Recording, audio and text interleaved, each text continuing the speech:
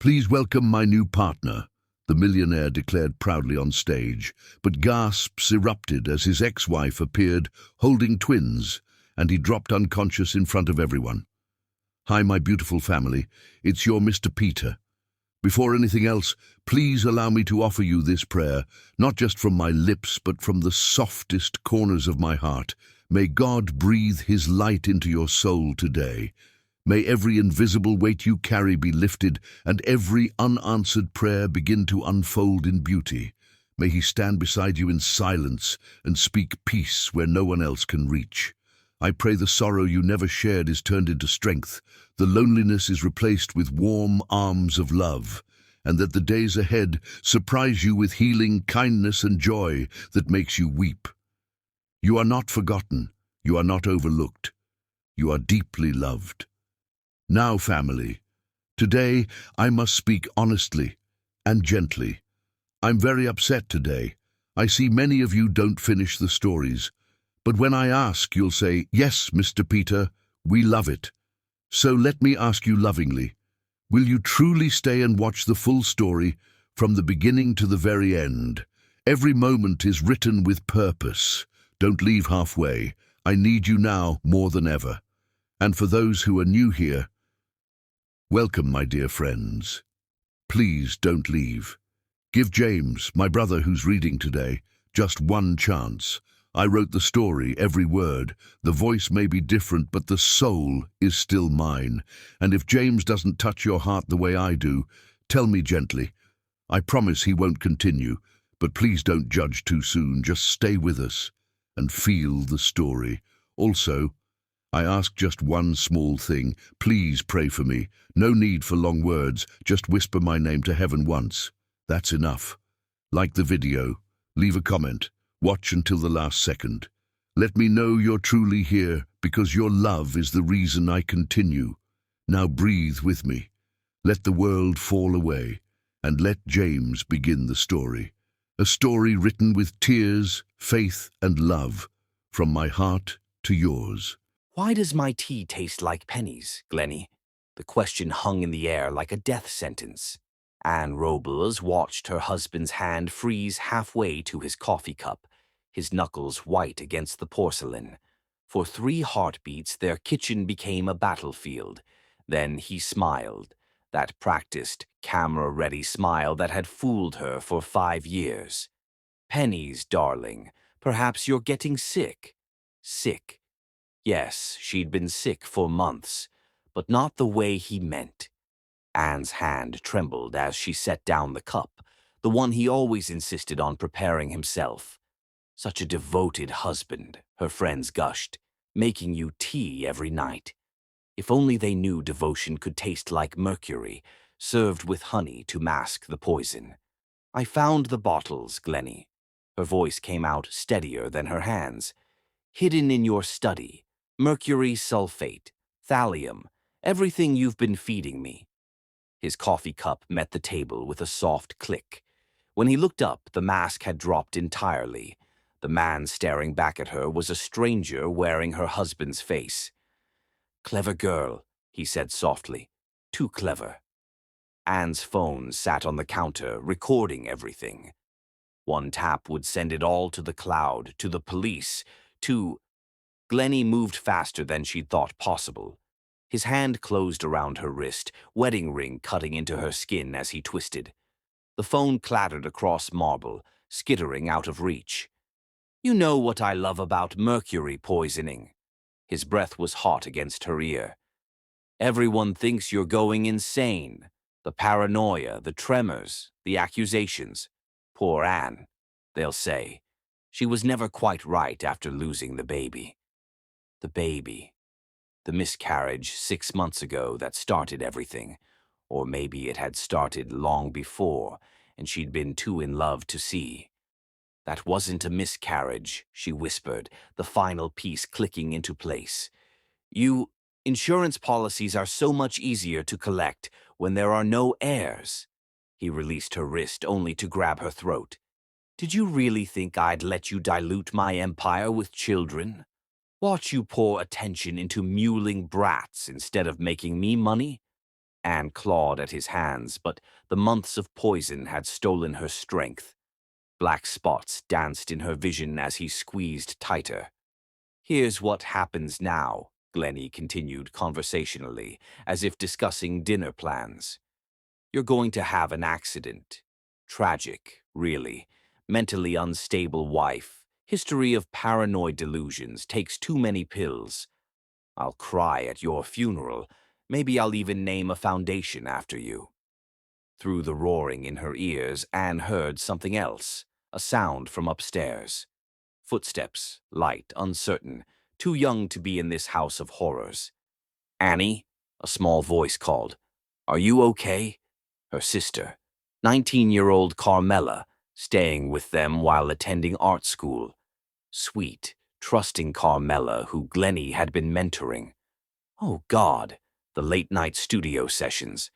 The way Carmela had been glowing lately, secretive, wearing new jewelry. "Run!" Anne tried to scream, but Glennie's grip turned it into a wheeze.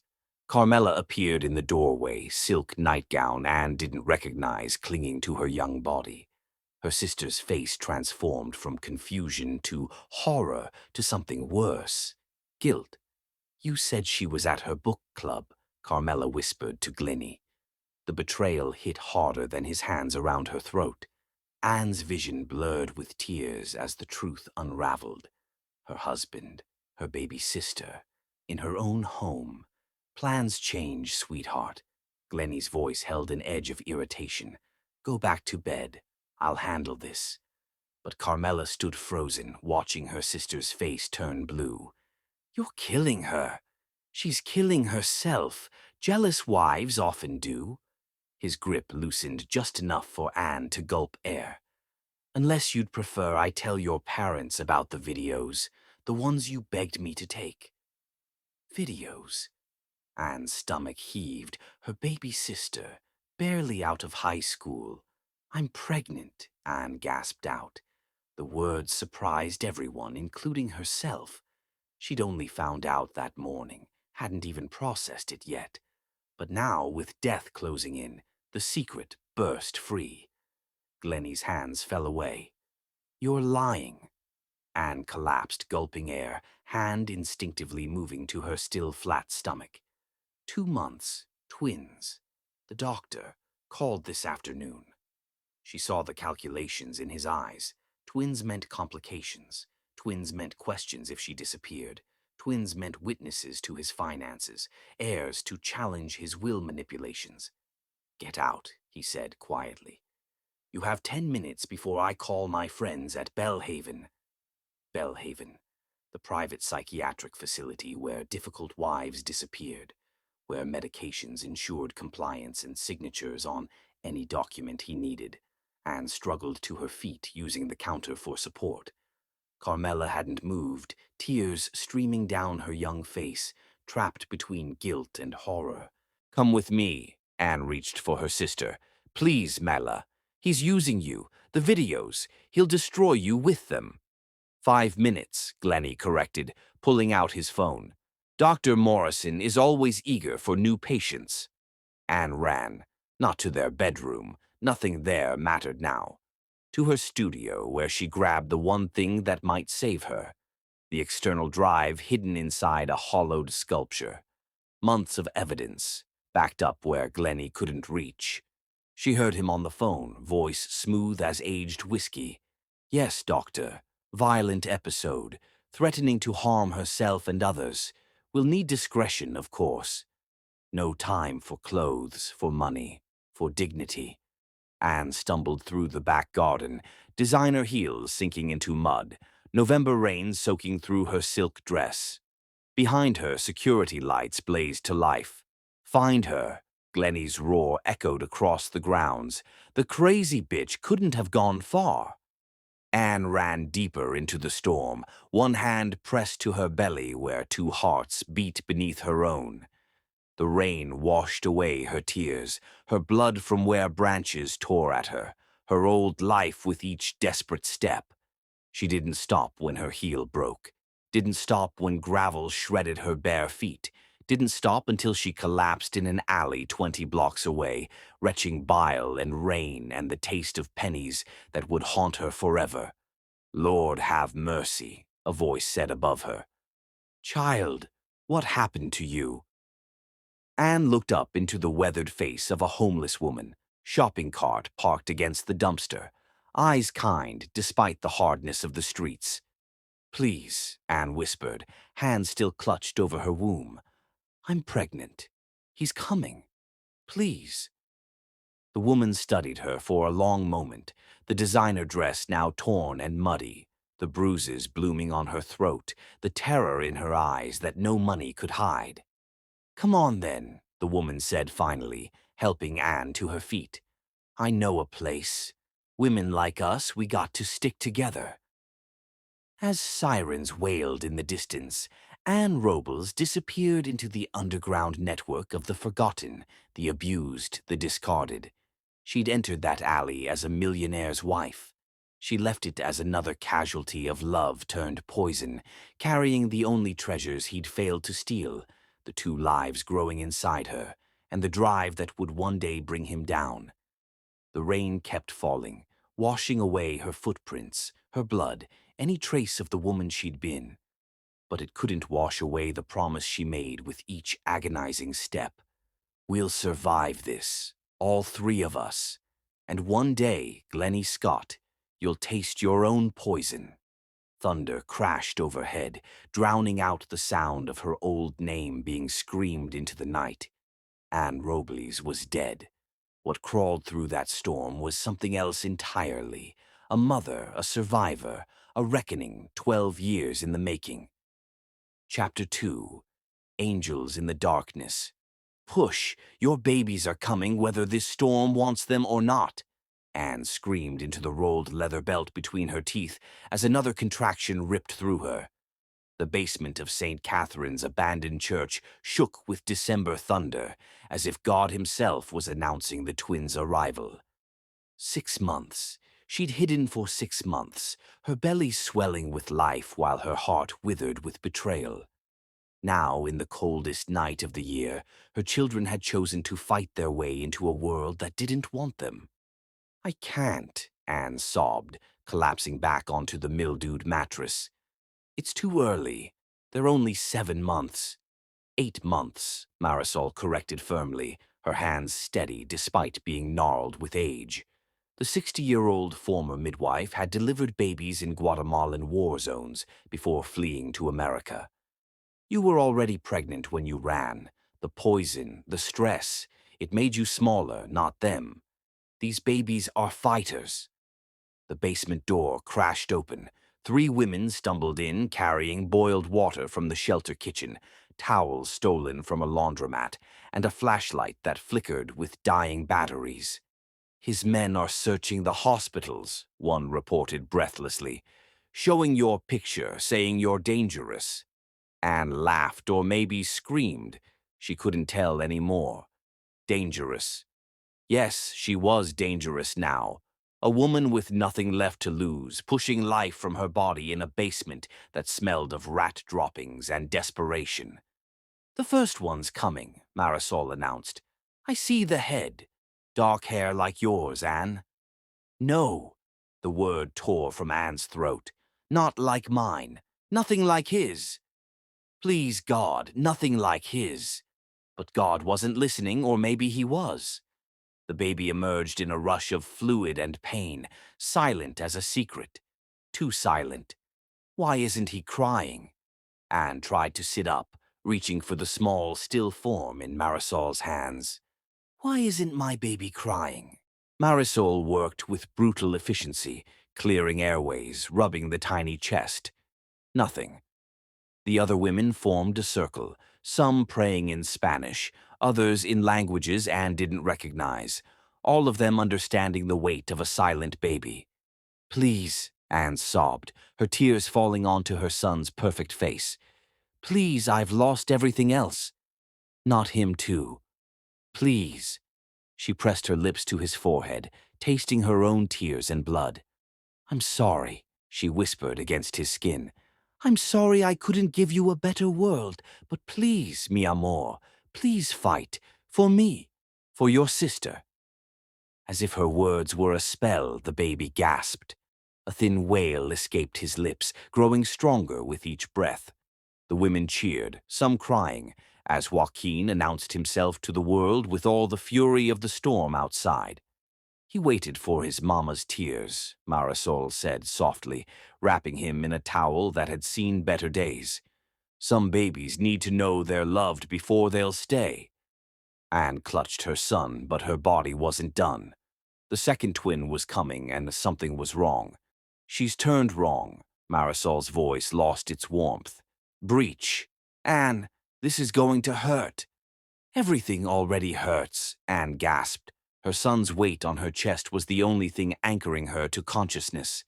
What followed was agony that made poison taste sweet. Marisol's hands inside her, turning the baby as Anne screamed prayers in English and Spanish, begging any saint who'd listen to spare her daughter. I can't stop the bleeding, someone whispered. More towels. We need a hospital. No hospitals, Anne managed to snarl between contractions. I'd rather die here than let him find them. Esperanza entered the world, feet first, as if already running from something. She was smaller than her brother, bluer, taking her first breath only after Marisol breathed her own air into tiny lungs. Stubborn, Marisol pronounced, handing the wailing infant to Anne. Like her mother. Anne lay there, a baby on each side of her chest, blood pooling beneath her faster than the women could soak it up. The flashlight died, leaving them in darkness lit only by candles someone had stolen from the sanctuary upstairs. Am I dying? Anne asked conversationally. It seemed important to know, with her children's skin against hers, their hearts beating in rhythm with what might be her last breaths. Not on my watch, Marisol said fiercely. She was doing something between Anne's legs, something that hurt worse than birth. But Anne was floating now, watching from somewhere near the ceiling. She saw herself, a broken woman on a dirty mattress, designer dress long since traded for shelter cast-offs, hair matted with sweat and blood. But also luminous, her face glowing as she whispered to her babies. Your names, she told them, aware the women had gone silent, recording what might be last words. Joaquin, for San Joaquin who prepared the way, you'll prepare our way back to the light. And Esperanza, her voice broke. Hope, because that's all I have left to give you. The bleeding slowed. Marisol had worked some battlefield magic with herbs and pressure, and probably prayer. Anne would live, though part of her wondered if that was a blessing or curse. We need to move them, someone said. If infection sets in without antibiotics.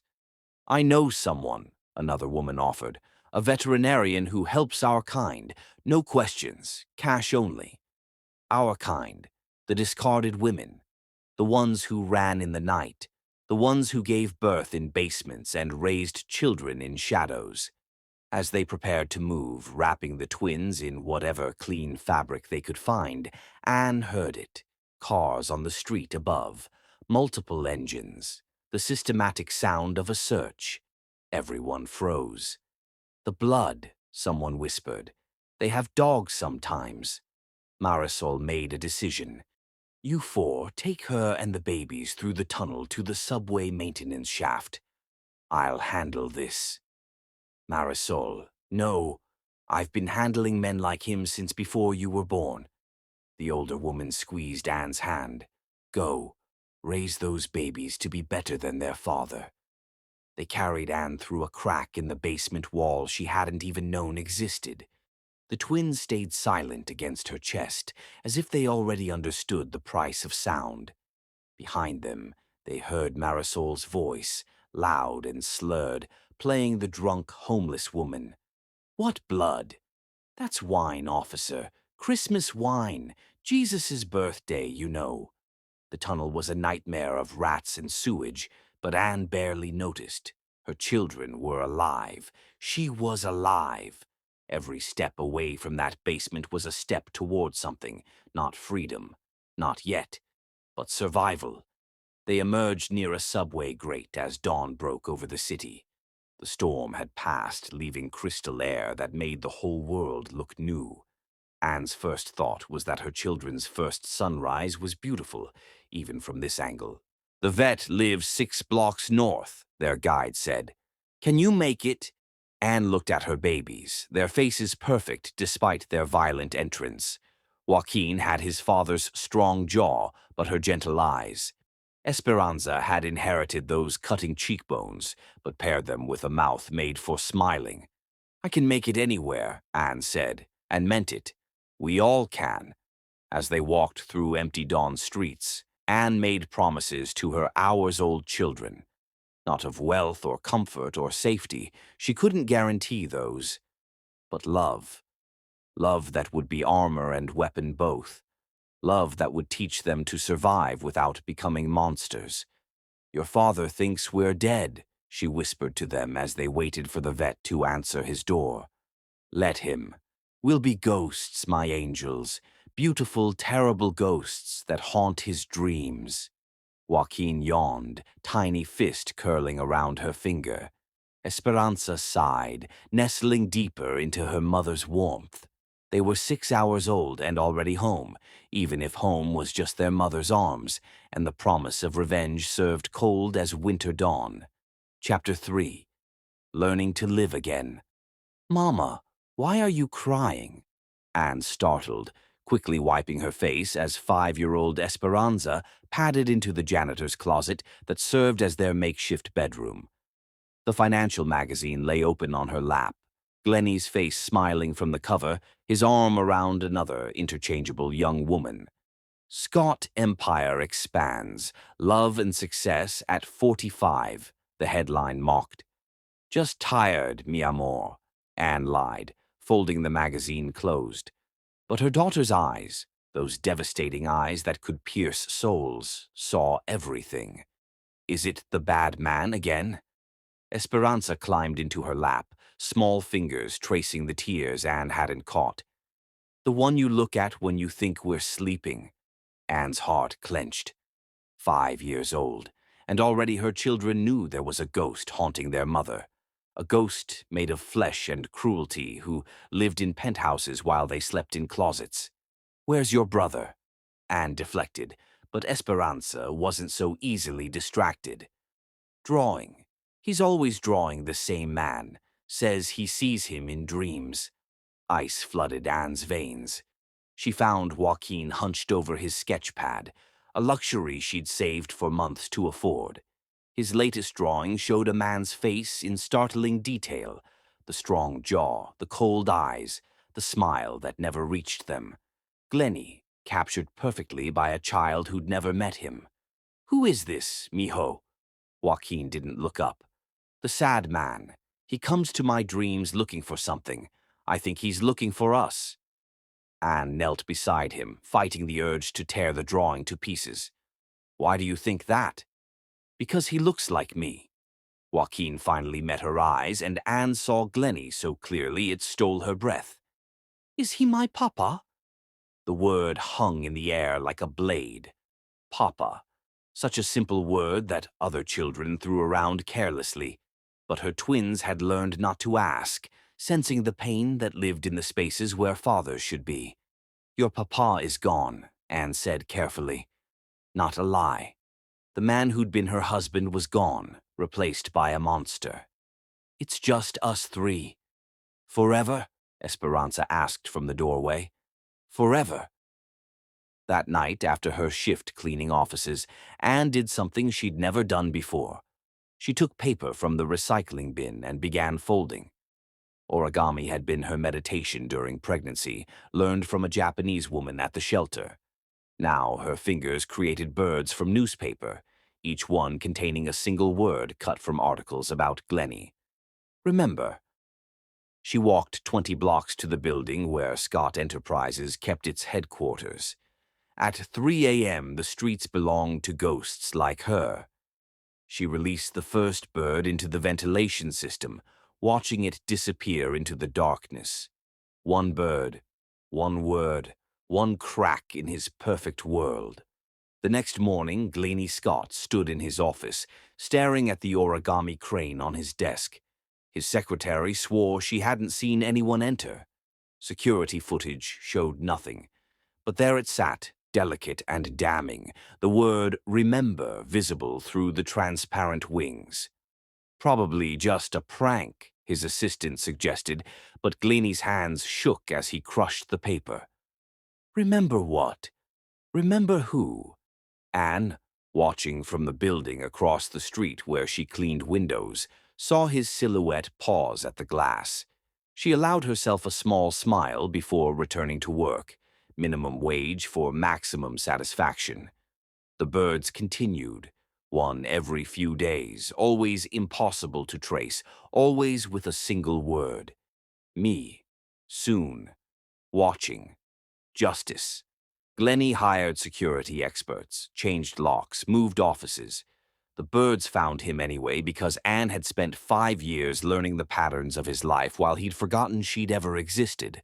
She knew which restaurants he favored, which gym he used, which women he discarded like tissues.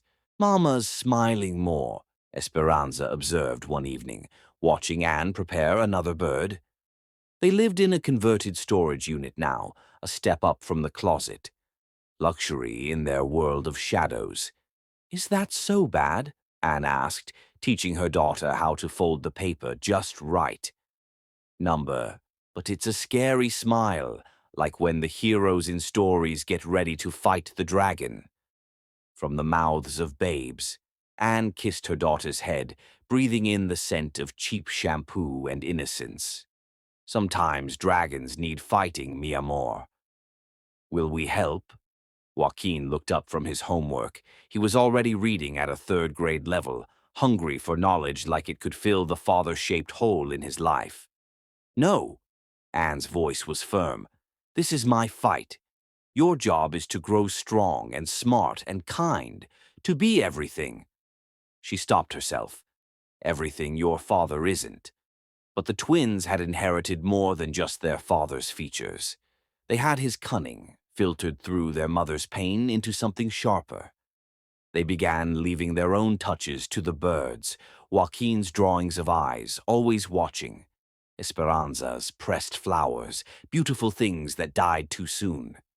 Glennie's paranoia grew. He started drinking heavily, snapping at employees, cycling through women faster than ever. The newspapers called it executive stress. Anne called it justice, served one paper bird at a time. The breaking point came on a rainy Thursday. Anne was cleaning the executive bathroom when she heard voices through the vent, Glennie and his lawyer discussing the situation. It has to be her, Glennie slurred. Anne, she's alive, she's doing this. Mr. Scott, your wife is dead. You identified the body yourself 5 years ago. Anne froze. Body? What body? That junkie looked enough like her. Black hair, right height. The cops didn't question it. Sir, with all due respect, you need to let this go. Dead wives don't send origami birds. This one would. Glennie's laugh was bitter. This one would crawl out of hell just to torment me. I should have made sure, should have seen the body burn. Anne's hands shook as she wrung out her mop. He'd claimed she was dead. Some poor woman had died unmourned, while Glennie used her corpse to close the book on his crimes. The magazines she'd seen made sense now. They all mentioned his tragic loss and how he'd moved on after his wife's death. That night, she held her children tighter than usual. They'd been erased. Officially, Joaquin and Esperanza Scott didn't exist. Their father had murdered them with paperwork before they'd even been born. Mama, you're squishing us, Joaquin protested, but didn't pull away. Sorry, my loves, just remembering how precious you are. More precious than diamonds? Esperanza asked, their old game. More precious than all the stars in the sky? More precious than revenge? Joaquin's question cut through the darkness. Anne pulled back to look at her son. 5 years old and already too wise.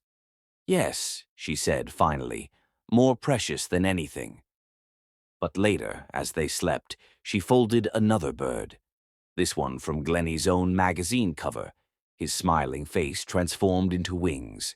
The word cut from the headline itself, dead. Let him wonder which one of them was the ghost. The next morning, Glennie found the bird in his locked car, sitting on the driver's seat like an accusation. He screamed, actually screamed, causing his driver to swerve. The photo made the society pages. Business titan has breakdown in traffic. Anne clipped the article carefully. Someday, when her children were older, she'd show them how their mother had fought dragons with nothing but paper and patience. How she'd haunted a man who thought he'd killed her, one fold at a time. But for now, she was content to watch from the shadows as Glennie Scott slowly unraveled, pulled apart by birds made from his own press clippings. Each one a reminder that the dead don't always stay buried, and sometimes they bring their children back with them. Chapter 4. The Children's Pain. The blood on Joaquin's shirt was still wet when Anne found him hiding behind the school dumpster.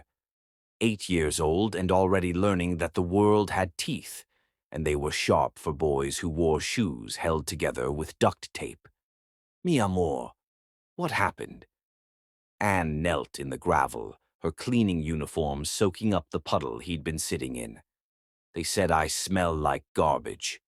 His voice was steady, but she saw how his small fists clenched. Because they saw you picking me up in your work clothes.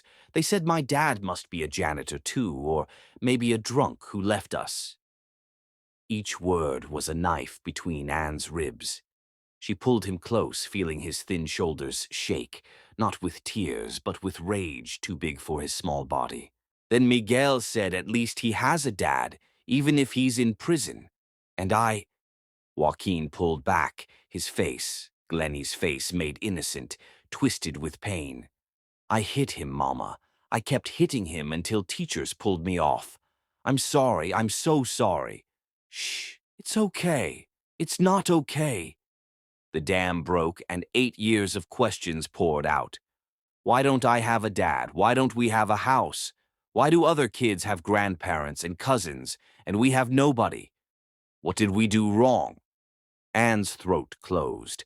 How could she explain that they'd done nothing wrong except exist? That their crime was being born to a mother who'd loved the wrong man? Sometimes, she began carefully, families break. And when they break, we have to build new ones from the pieces. But why did ours break? Esperanza appeared from nowhere. She had a gift for that, moving silent as smoke. Her school uniform was clean but clearly second-hand, and Anne saw how she held herself apart from the other children at pickup. Was it because of us? No. The word came out harsher than intended. Anne pulled both children close, breathing in their scent, cheap soap and playground dust and something uniquely theirs. Never think that. Never. That night, after they'd fallen asleep, Anne sat at their tiny table and made a decision that tasted like betrayal. She pulled out the photos she'd hidden for 8 years, her wedding album, salvaged from a life that felt like someone else's dream. The next morning, she showed them to the twins. This was your father, she said simply, pointing to Glennie's smiling face. Young, handsome, his arm around her waist like she was something precious. The twins studied the photos in silence. Joaquin traced his father's jawline, seeing the mirror of his own. Esperanza stared at a photo of Anne in her wedding dress, radiant with joy that seemed foreign now. He's dead, Joaquin asked finally. The lie sat on Anne's tongue like poison. But looking at her children, at Joaquin's split lip from defending their honor, at Esperanza's eyes that had never known security, she couldn't bring herself to tell the truth. That their father was alive, rich, happy, that he'd chosen to erase them. He's gone, she said instead. He was sick, in his mind. He did bad things, and Then he was gone. What kind of bad things? Esperanza's voice was clinical, like she was dissecting a frog in science class. Anne chose her words carefully. He hurt people. He took things that weren't his. He wasn't the man I thought I married. Did he hurt you? Joaquin's question was quiet, dangerous. Yes. Did he know about us? This was the hardest question. Anne closed her eyes, seeing Glennie's face that last night, his hands around her throat as she gasped out news of the pregnancy. Number, he was gone before you were born. The twins exchanged a look, that twin telepathy that still unnerved Anne sometimes. Then Esperanza spoke for both of them. Good. We don't want a father who hurts our mother. That should have been the end of it. But children's grief works in mysterious ways. Over the following weeks, the twins created a shrine to their imaginary dead father. Not the real Glennie, but a fantasy version built from fragments and wishes. Joaquin drew pictures of a man teaching him to ride a bike, to throw a ball, to tie a tie. Always the same face, Glennie's face, but softened with love that had never existed. Esperanza wrote letters to heaven, asking her dead father if he was proud of her straight A's, if he watched her dance recitals from the clouds, if he was sorry for the bad things. She left them on the fire escape, and Anne would sneak out at night to take them, unable to bear destroying her daughter's grief. The worst came on Father's Day. Anne found them at the cemetery, having taken 3 buses with their saved lunch money. They'd chosen a random grave, Robert Chen, beloved father, and laid handmade cards against the stone. We made him a grave, Joaquin explained when Anne found them.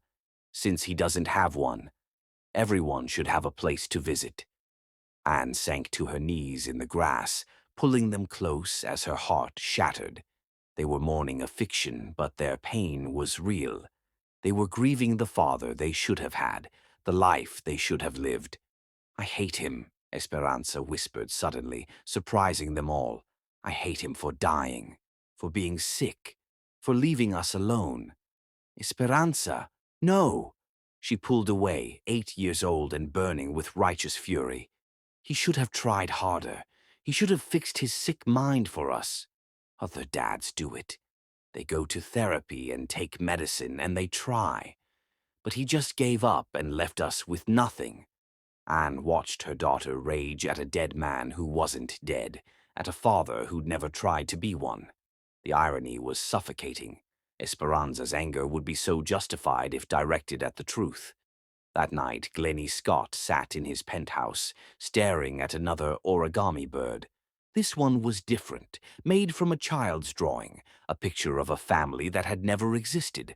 A father, a mother, 2 children, all holding hands under a rainbow. The word cut from a sympathy card. Mourning.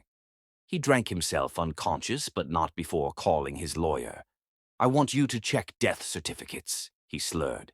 Children, twins, born about 8 years ago. Any Jane does. Any. But there was nothing to find. Anne had made sure of that.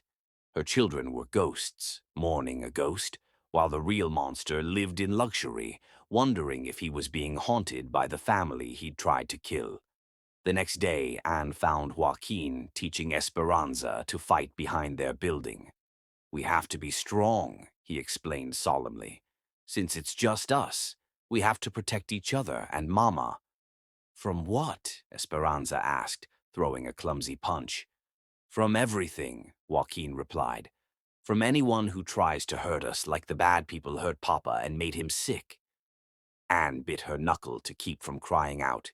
Her babies, trying to be warriors at 8 years old, taking responsibility for protecting each other from a world that had shown them no mercy. She made a decision then. The birds would continue, but her children would heal. She'd give them the father they needed, even if he was just a beautiful lie. Let them mourn a good man corrupted by sickness, rather than know their father was simply evil. I love you both more than all the stars, she told them that night, their ritual. More than diamonds, they chorused. More than justice, Joaquin added, because he was his mother's son. More than anything, Anne swore. More than anything that was, is, or ever will be. But after they slept, she folded another bird. This one from a photo she'd taken that day, the twins at the false grave, offering love to a father who didn't deserve it. The word cut from their handmade cards, unforgiven. Let Glennie choke on the love his children wasted on his memory. Let him wonder whose children mourned at strangers' graves. Let him drink himself to death wondering if somewhere someone grieved the man he could have been. The twins would heal. They would grow strong and whole despite the hole he'd left. But Anne would never forgive. And she'd make sure he knew it, one paper bird at a time. Chapter 5. The Heart Remembers. 10 years of saving, and Anne finally had enough for the dress. Not designer. Those days were buried with her old name, but respectable.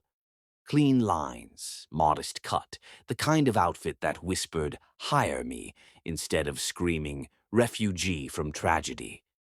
"You look beautiful, Mama," Esperanza said, fixing Anne's collar with 10-year-old hands that were already steadier than her mother's.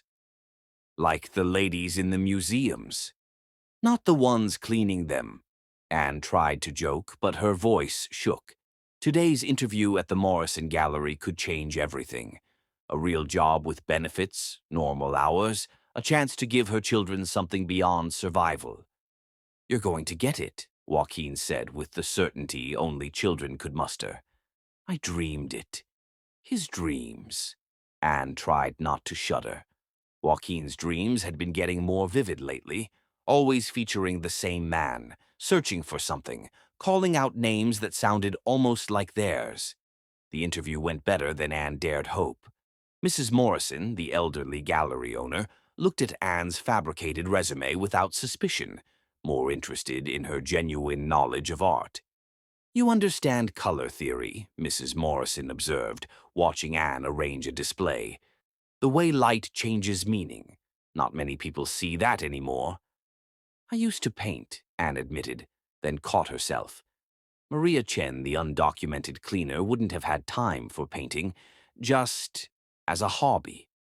Back home. Home? Mrs. Morrison's eyes were kind but sharp. "Where was that?"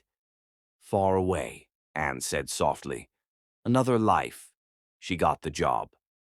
For the first time in 10 years, Anne had a schedule that let her see her children in daylight, health insurance that meant Esperanza could get proper glasses, and co-workers who called her by name instead of just pointing at messes. It was there, arranging a new exhibition, that Anne learned about Glennie's latest obsession. 7 million for a painting of shadows. Her co-worker Marcus whistled, showing her the auction report. This Scott guy must be loaded. Anne's hands stilled on the frame she was hanging. "Scott? Glennie Scott. You know, the entertainment mogul. Guy's been collecting like crazy the past few years. Rumor is he's trying to fill some void. Lost his wife tragically, never remarried, throws himself into art instead." "Never remarried?" Anne thought of the parade of young women in the magazines. Apparently none had stuck. Good. "What kind of art does he collect?" she asked carefully. "Dark stuff mostly.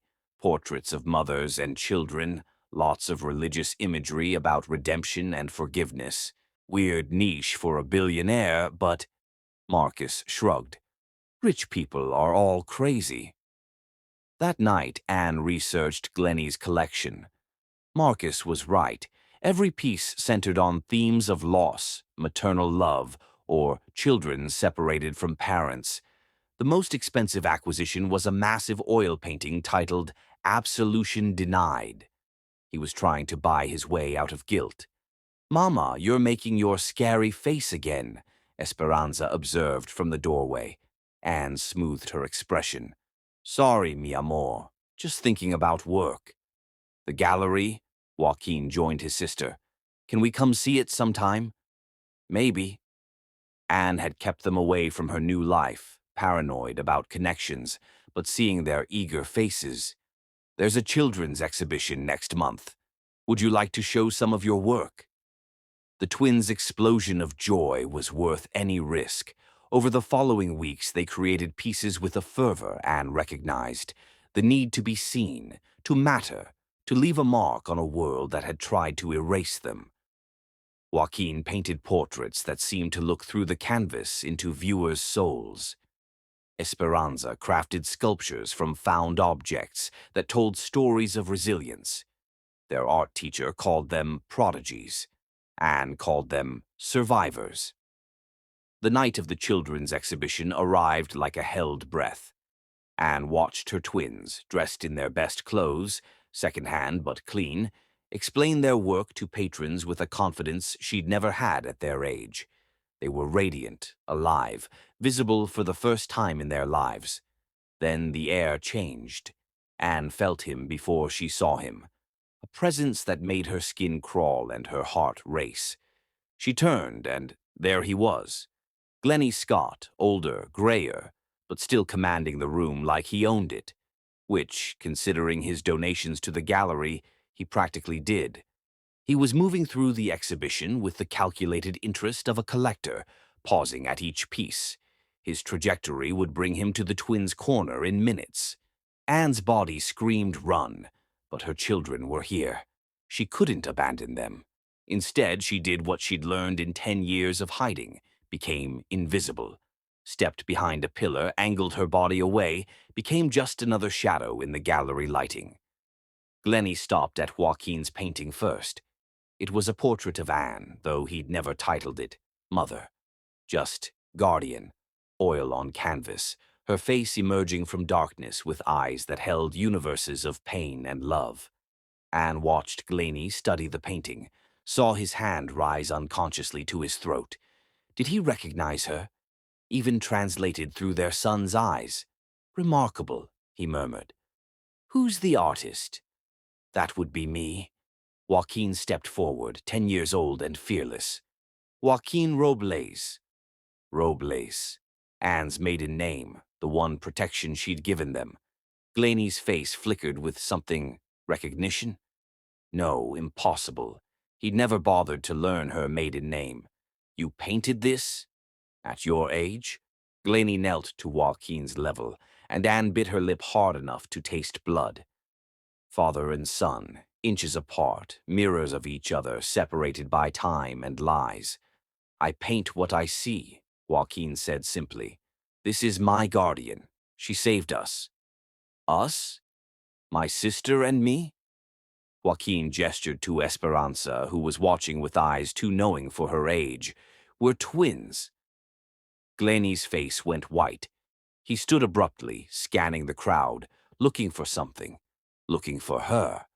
But Anne was already moving, using the crowd as cover. She made it to the bathroom and locked herself in a stall, pressing her hand over her mouth to muffle the sounds tearing from her throat. He'd been inches from their children, talking to them, kneeling before them like the father he'd refused to be. When she finally emerged, the exhibition was ending. She found the twins by their work, glowing with pride. "Mama, you missed it," Esperanza bounced. "A rich man wants to buy Joaquin's painting. He said it spoke to his soul." "He gave us his card," Joaquin added, holding up expensive cardstock. "Said he wants to mentor young artists. Can you believe it?" Anne took the card with numb fingers. Glennie Scott Enterprises. Direct line. An invitation to enter the lion's den. "We'll see," she managed. "Let's go home." But home felt different now. Contaminated. Glennie had been in the same room as his children, had looked at their faces and felt something.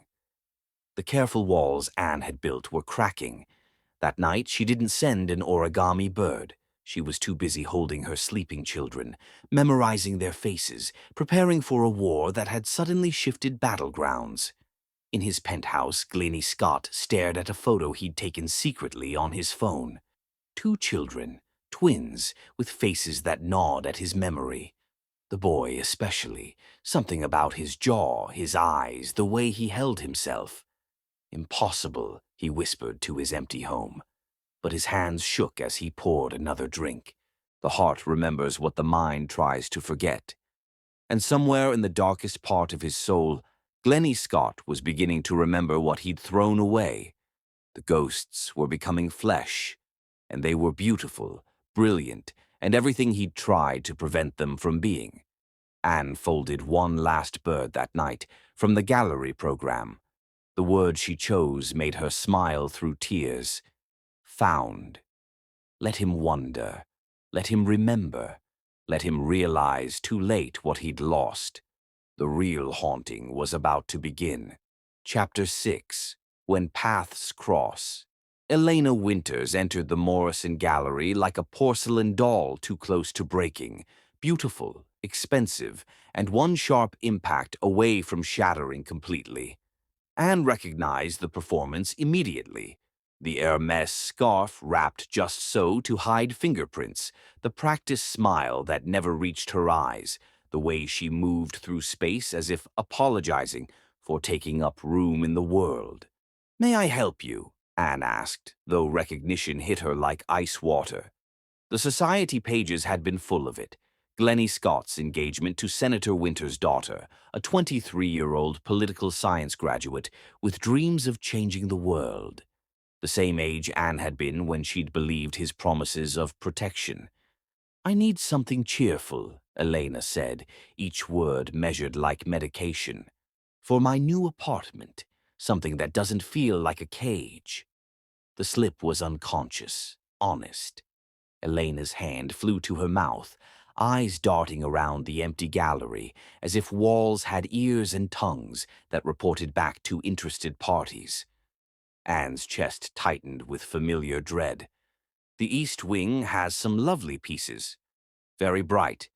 Following Anne deeper into the gallery, Elena moved with the careful precision of someone whose body had learned that sudden movements brought consequences. Under the skylights, harsh natural light revealed what studio makeup couldn't hide: the shadow along her jawline where fingers had pressed too hard, the way she favored her left side, the tremor in her hands that spoke of adrenaline constantly coursing through her system. They stopped before Van Gogh's tournesols, sunflowers that had always reminded Anne of the garden she'd once tended, back when she'd believed love could bloom instead of strangle. Elena stared at the golden petals as if they held answers to questions she was afraid to ask aloud. Then she began to cry, silently, the way women learn when tears become evidence against them. "I'm sorry," Elena whispered, producing a tissue with the automatic efficiency of someone who'd perfected the art of invisible breakdown. "I don't know what's wrong with me anymore. Glenn says normal women don't fall apart over nothing." Glenn. The intimate nickname made Anne's skin crawl. She handed Elena a fresh tissue, her own hands betraying her with their trembling. "There's nothing wrong with you." "That's not what he says." The words spilled out like blood from a wound too long untended. "He says his first wife understood him better, never pushed his buttons or made him lose control. If she hadn't died in that accident, he'd never have to deal with someone as difficult as me." The lie hit Anne like a physical blow. "His first wife isn't dead." Elena's tears stopped abruptly. "What?" Panic flooded Anne's system. 10 years of hiding, of protecting her children, of carefully constructed invisibility, all of it balanced on the edge of this moment. But looking at Elena, at this young woman wearing bruises, Anne remembered too well. Silence felt like complicity. "The bathroom," Anne said quietly, scanning the gallery for witnesses. 2 minutes. She walked away before Elena could respond, her heart hammering against her ribs. In the bathroom stall, Anne waited with the desperate hope that Elena would be smart enough to follow, brave enough to hear truth that might destroy them both. Elena entered 90 seconds later, locking the door behind her with hands that shook like autumn leaves. They stood in adjacent stalls, speaking through thin walls because proximity to truth required barriers. His wife didn't die, Anne said, her voice low and urgent. She escaped. He was poisoning her slowly, stealing her money, planning to have her committed. She ran one night and disappeared. He identified some other woman's body to close the case and collect insurance.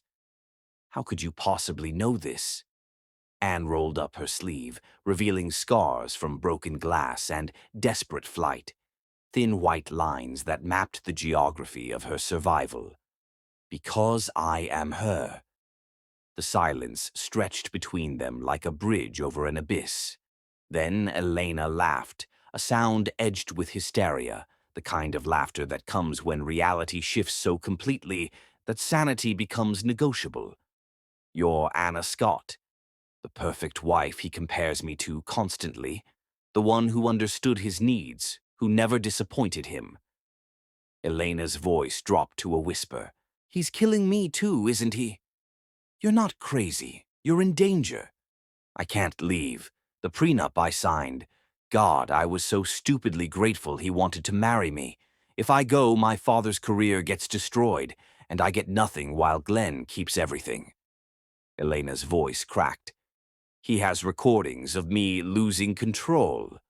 Proof that I'm unstable. Your life is worth more than politics or money. Is it?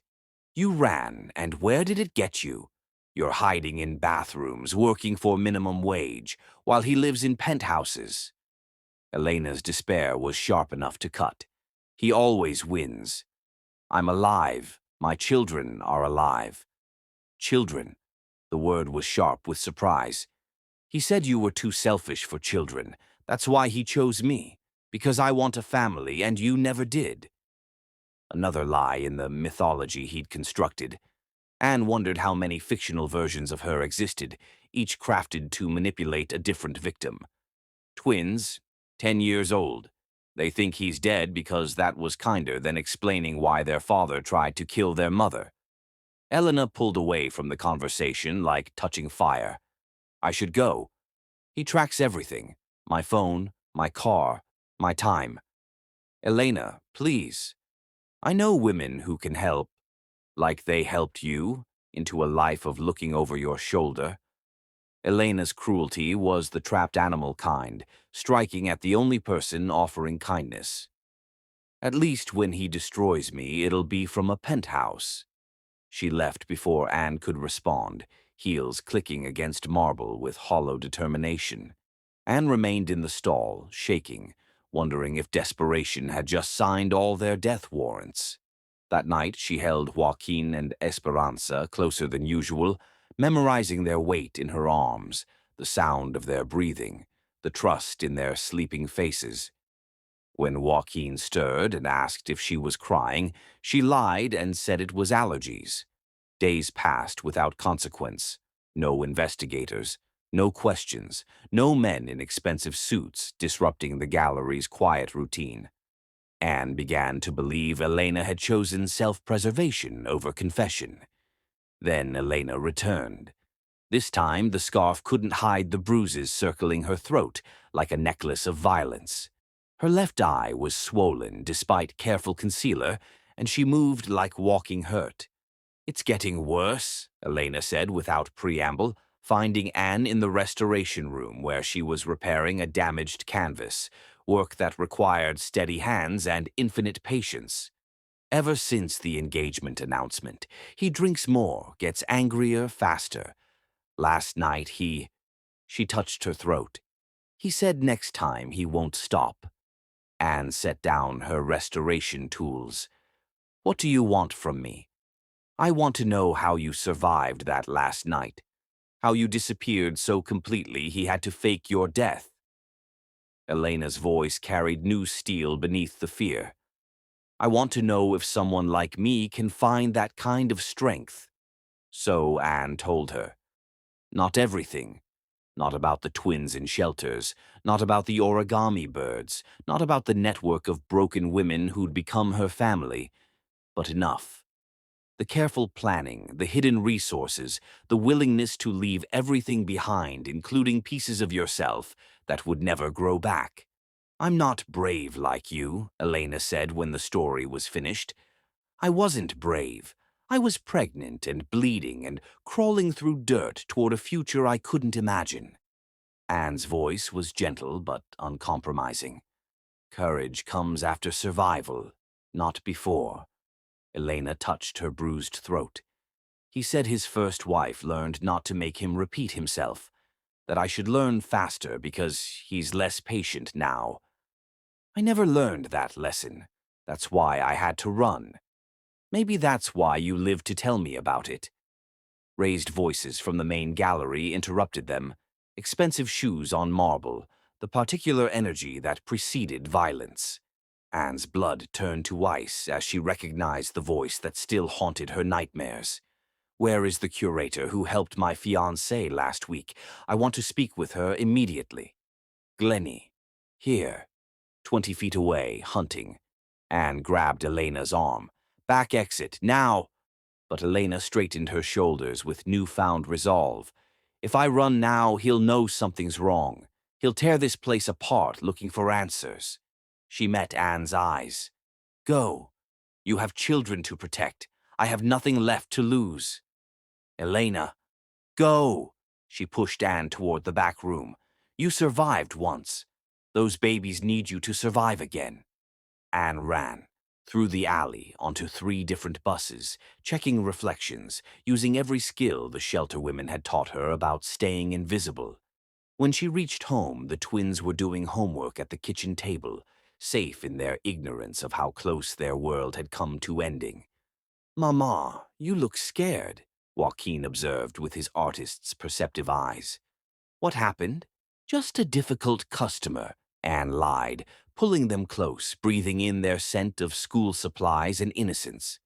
Tell me about your day, every single beautiful detail. As they chattered about ordinary things that felt precious as gold, Anne's phone buzzed. A text from an unknown number. He didn't recognize you, asked too many questions about the helpful curator. Be ready? That night, Anne sat by the window watching the street, waiting for the hammer to fall. 10 years of careful construction threatened by one moment of compassion, but even knowing the risk, she couldn't regret it. Some choices defined your soul. When morning came, it brought news that stopped Anne's heart. Elena Winters had called off her engagement to Glenn Scott, citing personal reasons. She'd moved back with her parents and hired private security. The society pages buzzed with speculation, but Anne only cared about one thing. Elena was alive. She'd chosen survival over comfort, truth over safety. A week later, a package arrived at the gallery. Inside, a single origami crane made from $100 bills, folded with the precision of someone who'd learned patience through suffering. The note was in Elena's careful handwriting. For your children's future. From one survivor to another. He's looking for you now. Hired investigators. Checking records. Be ready. You saved my life. I'll never forget that gift. Anne held the crane, understanding its true value. Not money, but time. Time to prepare for the confrontation she'd been avoiding for a decade. Mama, Esperanza appeared beside her, drawn by her mother's stillness. Why are you crying? Sometimes we cry when good things happen, Anne said, tucking the crane away carefully. When people we care about find their freedom. Will we find ours? Joaquin asked from the doorway, too perceptive as always. Anne looked at her children, born in hiding, raised in shadows, but burning with life and hope despite it all. They deserved better than a life spent looking over their shoulders. Yes, she promised, meaning it with every fiber of her being. Soon.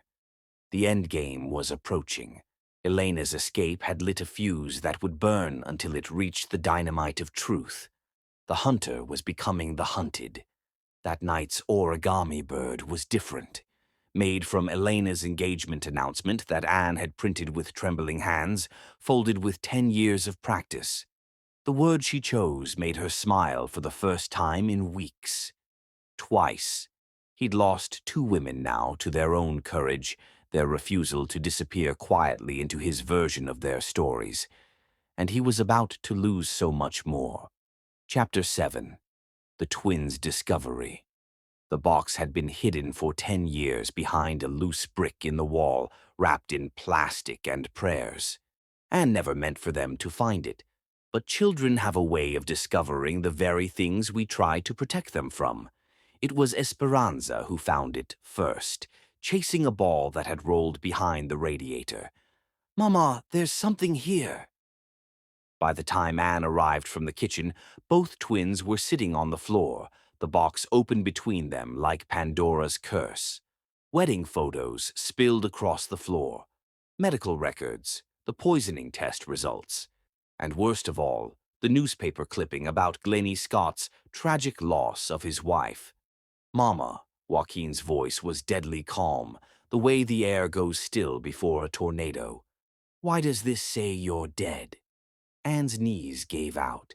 She sank to the floor across from her children, seeing in their faces the death of innocence. 10 years of lies crumbling in seconds.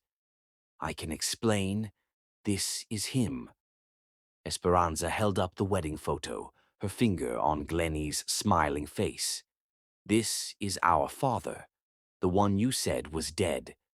"But he's not dead," Joaquin continued, pulling out more clippings Anne had saved. Society pages, business magazines, all featuring Glennie Scott, very much alive.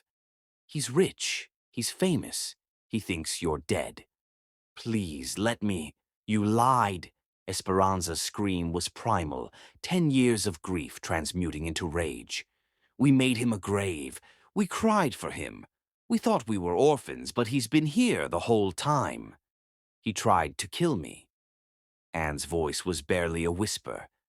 "He was poisoning me. When I told him I was pregnant, he tried to strangle me. I ran to save us all." "Then why not tell the police?" Joaquin demanded. "Why hide? Why let us think? Look at the date." Anne pointed to the article about her death. 3 days after I ran. He had someone else's body identified as mine. A homeless woman who looked like me. He has judges, police, doctors in his pocket. If I'd surfaced, he'd have had me committed or killed, and you'd have been raised by a monster. The twins were silent, processing. Then Esperanza spoke, her voice small and broken. "We have a father who wanted us dead." "No." Anne pulled them close, though they resisted. "You have a mother who wanted you alive. That's all that matters." "It's not all that matters." Joaquin pushed away. "We had a right to know. We had a right to the truth. The truth would have destroyed you. The lies already did that." Esperanza was crying now, ugly sobs that shook her whole body. "Do you know what it's like? Watching other kids with their dads, making up stories about our dead hero father because we were too ashamed to say we were abandoned? You weren't abandoned. I saved you. You saved yourself." Joaquin's accusation hit like a physical blow. "And you dragged us along, living in closets, eating from food banks, wearing charity clothes when he—" He grabbed a magazine, Glennie on a yacht. "When he lives like this, that money is poisoned. Everything he touches. We're poisoned," Esperanza screamed. "We have his face, his blood. We're half monster, and you never told us." Anne watched her children shatter and felt her heart break with them. Every careful construction, every protective lie crumbling into dust. "I didn't want you to hate yourselves," she whispered. "I didn't want you to think you were born from evil." "But we were," Joaquin said flatly. "We were born from a man who tried to kill us." "You were born from love," Anne insisted. "My love. That's enough." "Is it?" Esperanza pulled out another document, the custody papers Glennie had prepared before Anne fled, claiming she was mentally unfit. "He was going to take us, raise us himself, to control me, to hurt me, not because he wanted you." "How do you know?" Joaquin's eyes, so like his father's, burned with something Anne had never seen before. How do you know he wouldn't have loved us? Because he's incapable of love. So are we. Esperanza's question was soft, deadly. If we're half him, are we half incapable too? No, you're nothing like him. You're kind and brilliant and— We're liars, Joaquin interrupted. Just like you taught us. Fake names, fake stories, fake lives. We're exactly like both our parents. The accusation hung in the air like smoke. Anne saw her children with new eyes, the careful way they'd learned to navigate the world, always watching, always calculating. She'd raised them to survive, but at what cost? He killed our aunt's baby, Esperanza said suddenly, reading deeper into the medical records. The miscarriage. He caused it. We would have had a cousin, Joaquin whispered. A family. We have each other. It's not enough, both twins shouted in unison, then looked at each other in surprise. They rarely synchronized like that anymore, but pain had stripped them back to their most basic connection. What do you want me to say? Anne asked, exhausted. That I'm sorry? I'm sorry, every day. Sorry you were born into this. Sorry I couldn't give you normal. Sorry I fell in love with a monster and gave you his genes. We want to meet him. The words fell from Joaquin's mouth like stones. Esperanza nodded, her face set with determination. Absolutely not. You don't get to decide anymore, Esperanza said. You've been deciding for us for 10 years, making us live as ghosts. We have a right to face him. He'll destroy you. We're already destroyed, Joaquin said simply. At least this way we'll know why. Anne looked at her children. No, not children anymore. The truth had aged them in minutes, stripping away the last of their innocence. They were right. She'd stolen their choices in the name of protection. If you meet him, she said slowly, it can't be as his children. He can never know. Why? Esperanza challenged. What's he going to do? Kill us? He already tried that. He could take you. Legal manipulation, custody battles. He has resources we can't fight. Then we meet him without telling him, Joaquin said. The art competition, his mentorship program. We're already in. Anne's blood chilled. She'd forgotten about the business card, the offer to mentor young artists. Of course, the twins had already applied. They were their father's children, always 3 steps ahead. When? She asked, defeated. Next week, a gala for young artists, public, safe, lots of witnesses. Esperanza's smile was sharp. Don't worry, Mama. We learned from the best how to pretend. That night, Anne didn't sleep. She sat between their beds, watching them breathe, seeing Glennie in the angle of Joaquin's jaw, the way Esperanza frowned in her sleep. She'd tried so hard to protect them from their father's poison. But blood tells its own truths, and her children were done living lies. The origami bird she sent that night was different. Made from their birth certificates, the real ones, with father unknown but the date marking them as conceived in marriage. The word she chose felt like prophecy, reckoning. In his penthouse, Glennie Scott studied the bird with shaking hands. The dates, the timing, the ghosts of possibility. Impossible, he whispered. But his dreams that night were full of children's faces, familiar as mirrors, accusing as judgments. The dead were rising, and they wore his eyes. Chapter 8. The stage is set. The Morrison Gallery had never looked more beautiful or felt more like a guillotine waiting for its moment. Crystal chandeliers cast rainbow fragments across the assembled crowd like scattered diamonds, each refraction catching the light and throwing it back in patterns that should have been celebratory but felt ominous. Anne moved through the shadows between displays, adjusting already perfect arrangements with hands that wouldn't stop shaking, her fingers leaving barely visible tremors on the polished surfaces. Tonight, after 12 years of running, hiding, Surviving in the margins of her own life, it would all end tonight. The irony wasn't lost on her that this reckoning would happen in a place dedicated to preserving beauty, to capturing moments in time that would outlast their creators. How fitting that her own moment of truth would unfold, surrounded by artwork that bore witness to human suffering and triumph across centuries. The young artists are here, Marcus informed her, clipboard in hand, his voice carrying the particular pride of a curator who discovered genuine talent in unexpected places. Including your twins. They clean up nice, Anne. You must be extraordinarily proud. Proud. The word tasted like ashes mixed with honey, bitter and sweet in equal measure.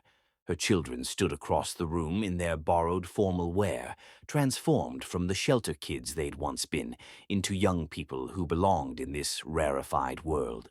Joaquin wore a black suit that had been altered to fit his lean frame, the fabric making him look devastatingly like his father at that age. The same strong jawline, the same way of holding his shoulders that commanded attention without asking for it. Esperanza moved in a midnight blue dress that transformed her from girl to young woman in the space of an evening. Her dark hair swept up to reveal the elegant neck she'd inherited from Anne's mother. Her eyes bright with purpose and something harder, resolve. They were radiant, terrible, perfect. And they were walking into the lion's den with smiles on their faces and steel in their spines. "He's not here yet," Esperanza murmured, appearing at Anne's elbow with the practiced stealth she'd learned from years of making herself invisible when necessary. But his people are everywhere, security scattered through the crowd like they're expecting trouble. That woman with the tablet and the nervous energy is his personal assistant, Rebecca something. She keeps checking her phone. "You don't have to do this," Anne whispered urgently, gripping her daughter's wrist perhaps too tightly, feeling the delicate bones beneath silk and skin.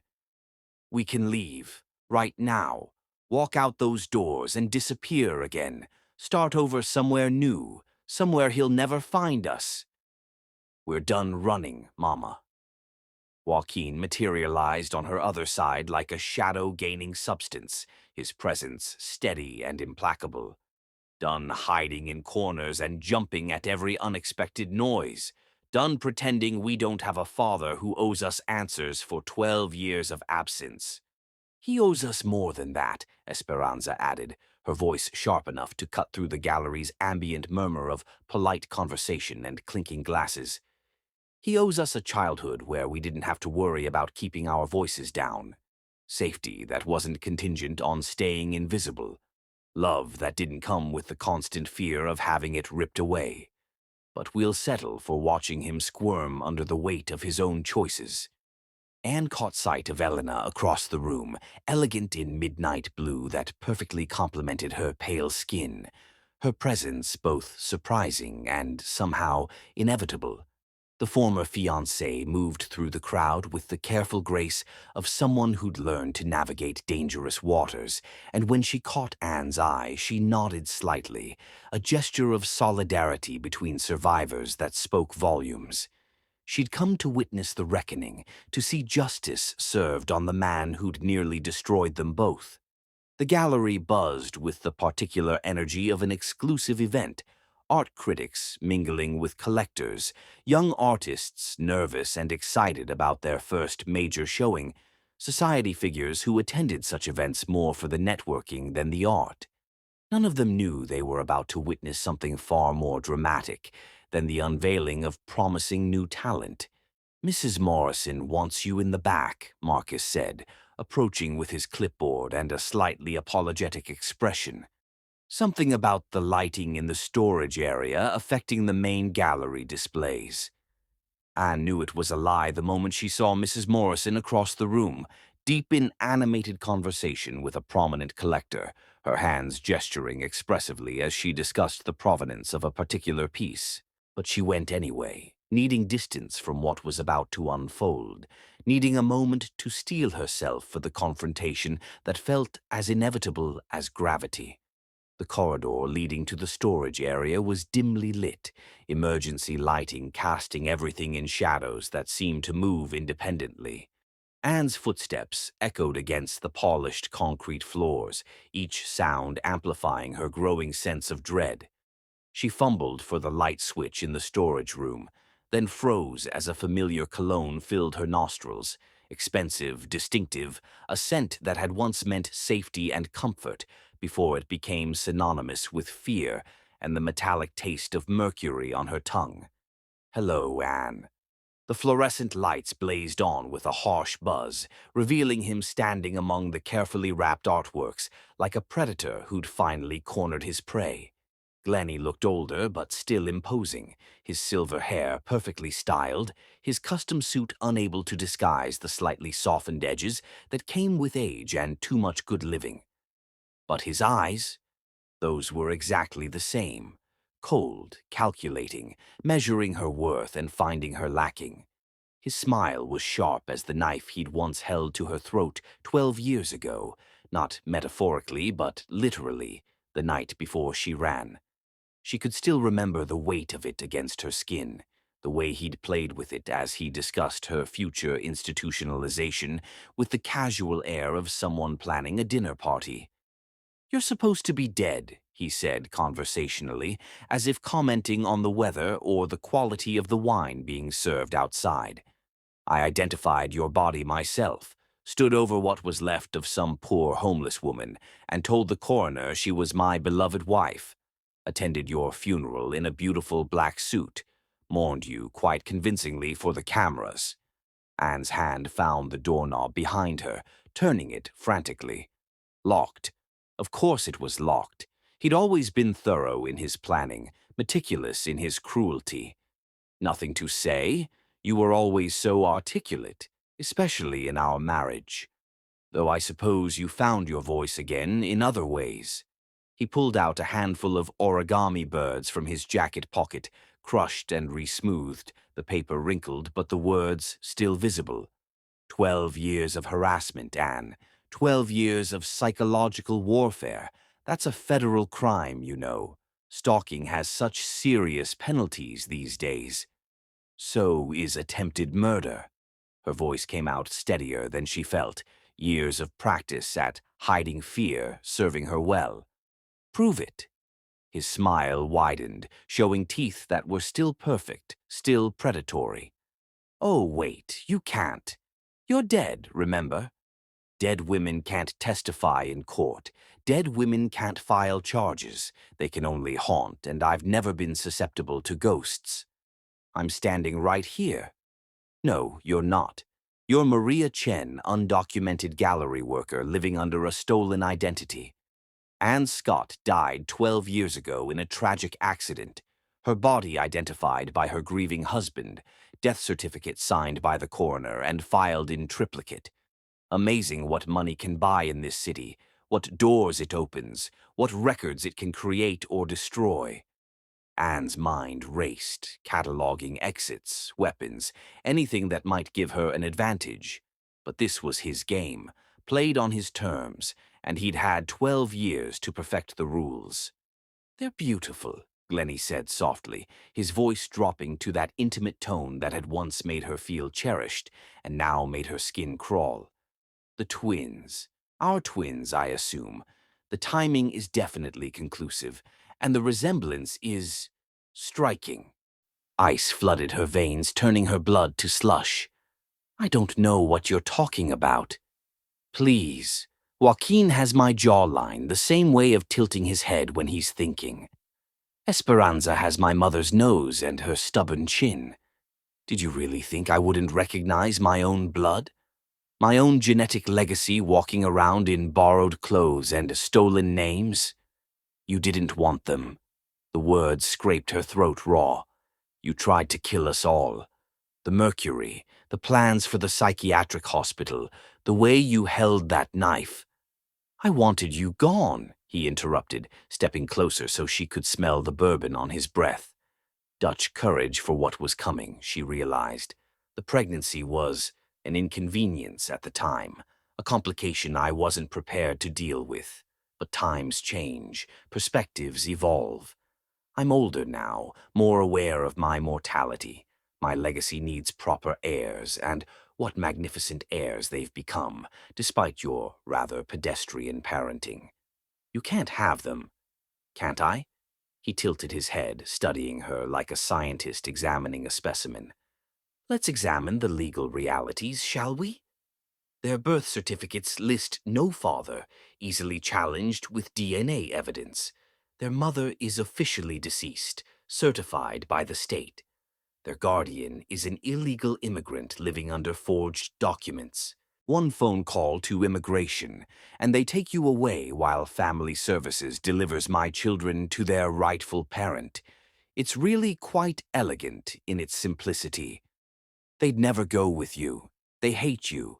They've spent their entire lives knowing what kind of monster you are. They don't even know me yet, he said with genuine amusement. That's easily remedied. Children are remarkably adaptable, especially when offered the life they should have had from the beginning. Private schools, trust funds, a family name that opens doors instead of slamming them shut. They'll come around once they understand what I can offer them. I'll tell everyone the truth. The poisoning, the theft, the attempted murder. Tell them what, exactly? That you're a ghost come back to life? That you abandoned your children to live in squalor while their father searched desperately for any trace of them? He tisked, shaking his head with mock sadness. No, Anne. The story writes itself.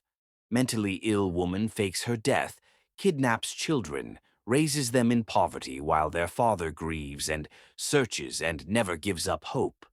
I'm the victim here, the bereaved husband and father finally reunited with his stolen children. The door handle rattled suddenly, violently. Mama? Esperanza's voice, suspicious and afraid, carrying the sharp edge of protective instinct. Are you in there? Why is the door locked? She's fine, Glennie called out smoothly, his voice shifting to public charm mode. Just helping me examine some artwork for potential acquisition. Run along, dear. The adults are conducting business. Mama. Now Joaquin, his fist pounding against the solid oak door. Open this door right now. Protective, Glennie observed with what might have been genuine approval. Good. They'll need that instinct in my world. The weak don't survive at the levels I operate in.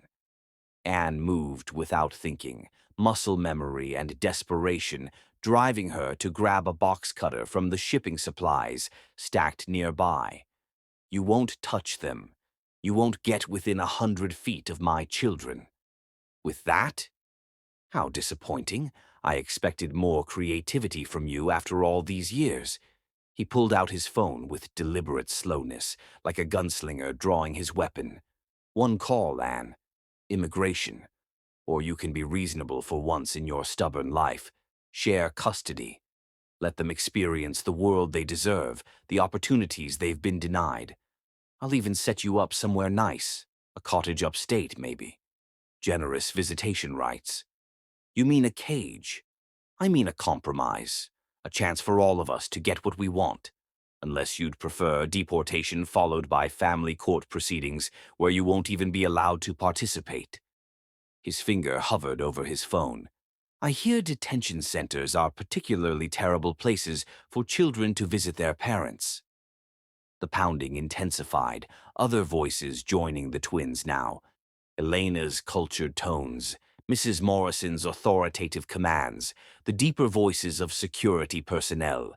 But the door was solid oak, the lock industrial grade, designed to protect valuable artwork from thieves. They're making quite a scene, Glennie noted with amusement. Bad for their reputations as emerging young artists. Should I let them in?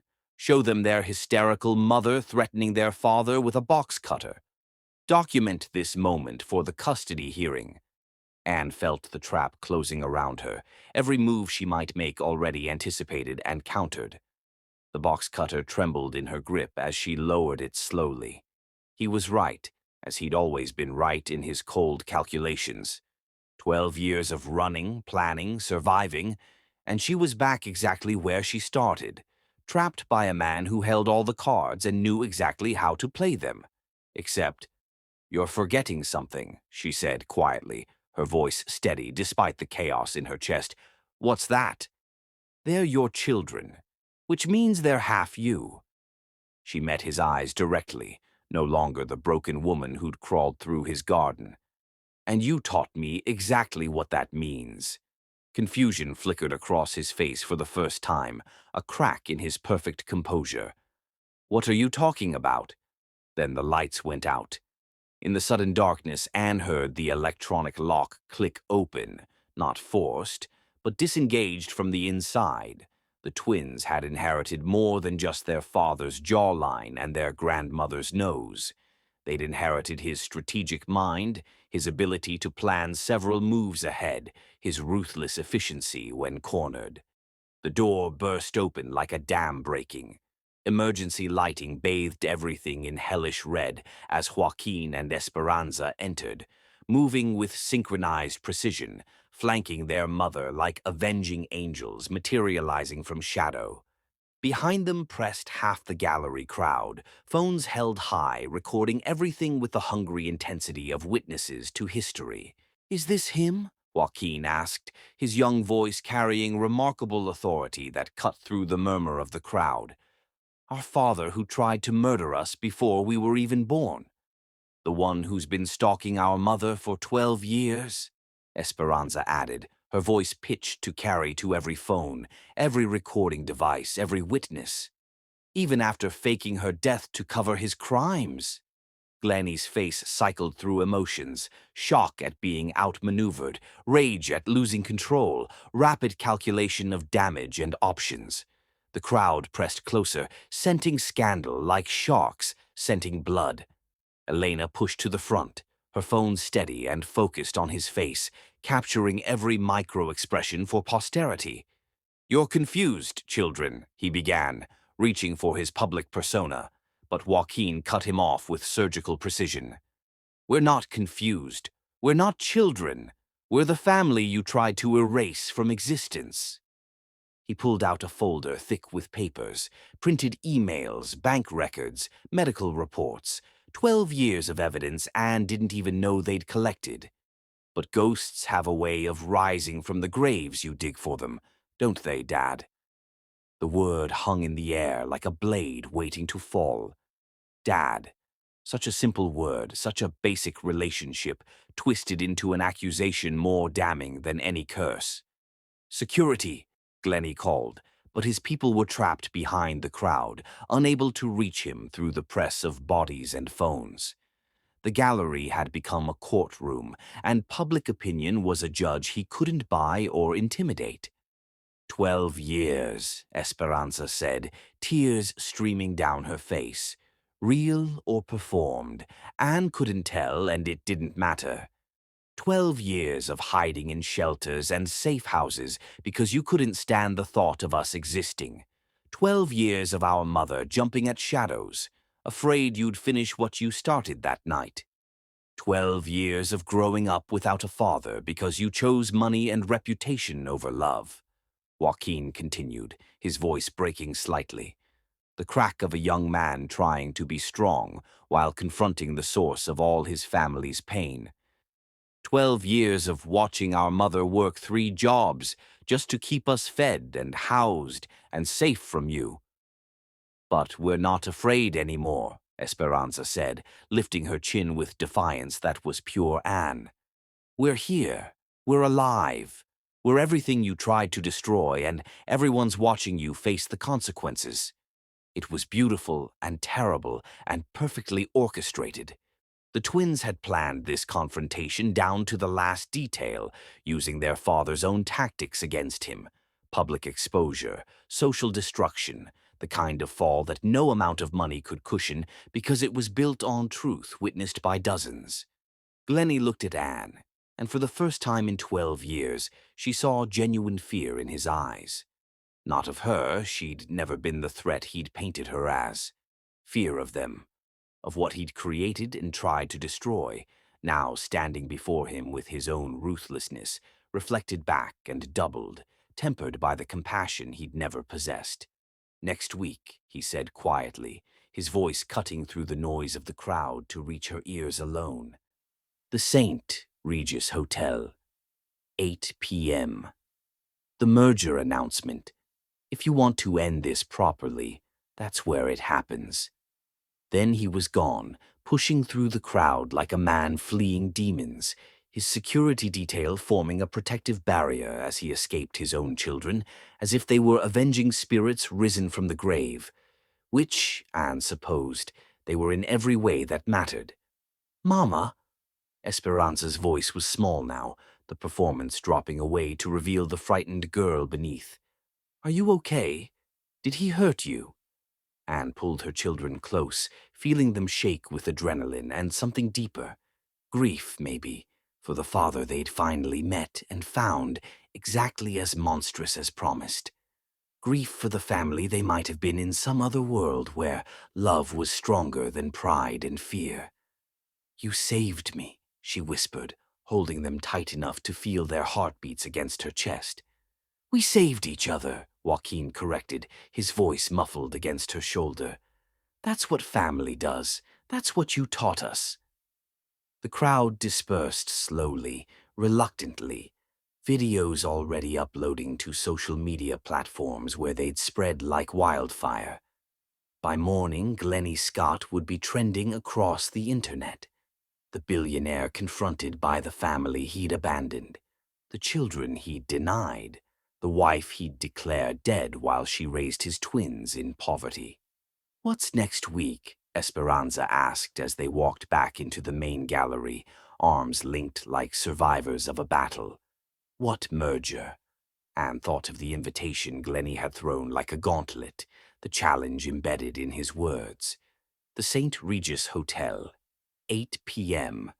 His last stand or his final trap. She couldn't tell which. "The end," she said simply, her voice carrying absolute certainty. "One way or another, next week, all of this ends." The twins exchanged one of their wordless looks, that communication that had survived everything, stronger than any storm he'd tried to create. "Then we'll be ready," they said in unison, their voices blending like a song of war. Anne believed them with every fiber of her being. Her children had proven tonight that they were survivors, inheritors of strength rather than weakness. Next week they'd prove they were something more, warriors in their own right, ready to finish what he'd started 12 years ago. The stage was set. The players were in position. The first act had ended with his retreat and their victory. All that remained was the final curtain. Chapter 9. The Revelation. The Saint.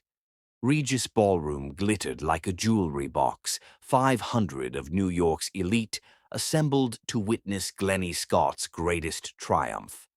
The merger with Castillo Industries would create an entertainment empire worth $60 billion.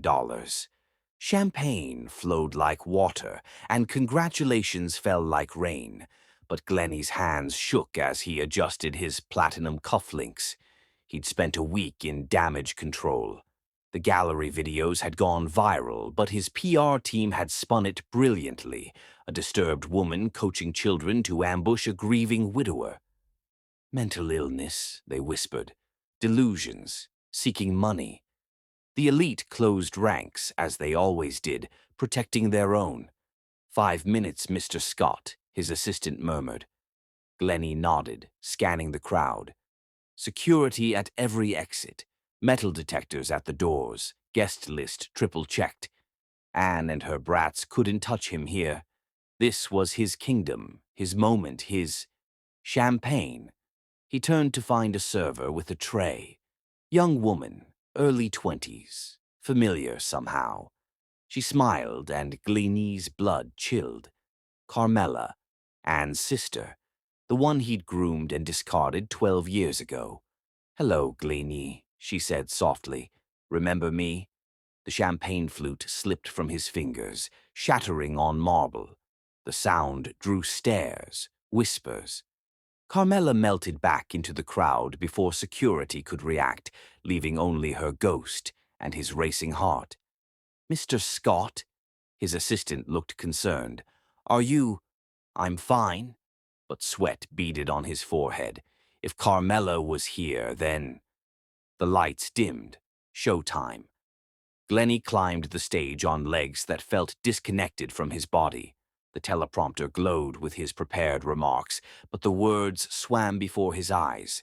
He gripped the podium, knuckles white, and began. Ladies and gentlemen, thank you for joining us on this historic evening. The speech flowed automatically. Market projections, synergy opportunities, shareholder value. The crowd nodded along, hypnotized by numbers and power.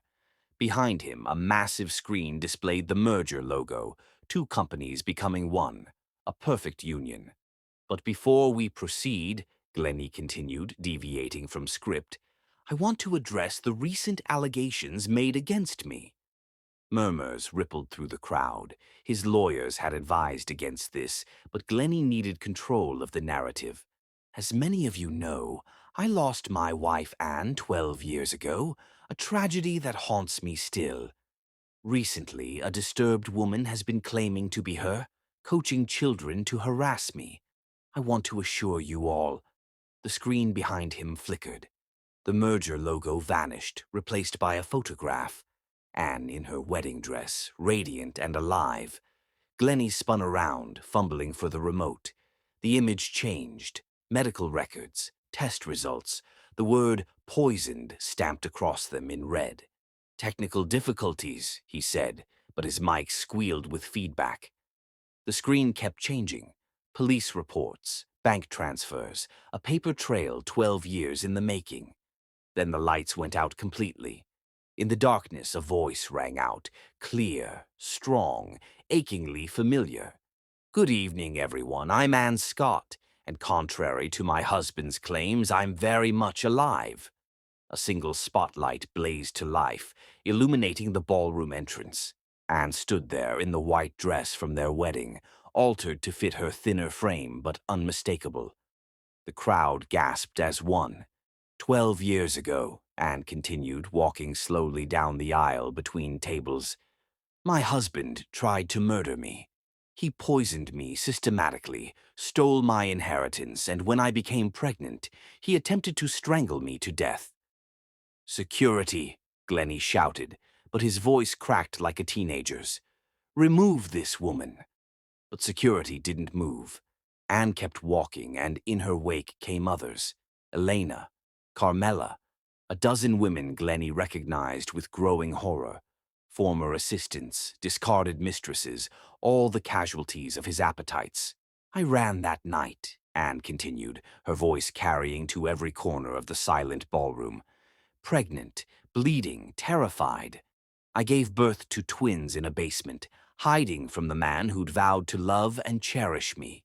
She reached the stage and climbed the steps with deliberate grace.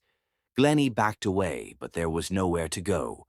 The screen behind them now showed the twins, school photos, art awards, candid moments of children growing up in shadows. For 12 years I hid our children, let them believe their father was dead rather than tell them the truth, that he'd tried to erase them before they drew their first breath. Lies, Glennie managed, all lies. This woman is clearly the mother of your children. Joaquin's voice cut through his denial. The boy emerged from behind the screen, and the crowd gasped again.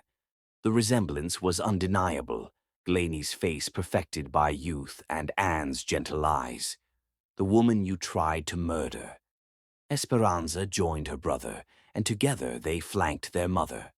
A family portrait 12 years delayed. DNA tests were filed with the court yesterday, Anne said calmly. 99.9% match.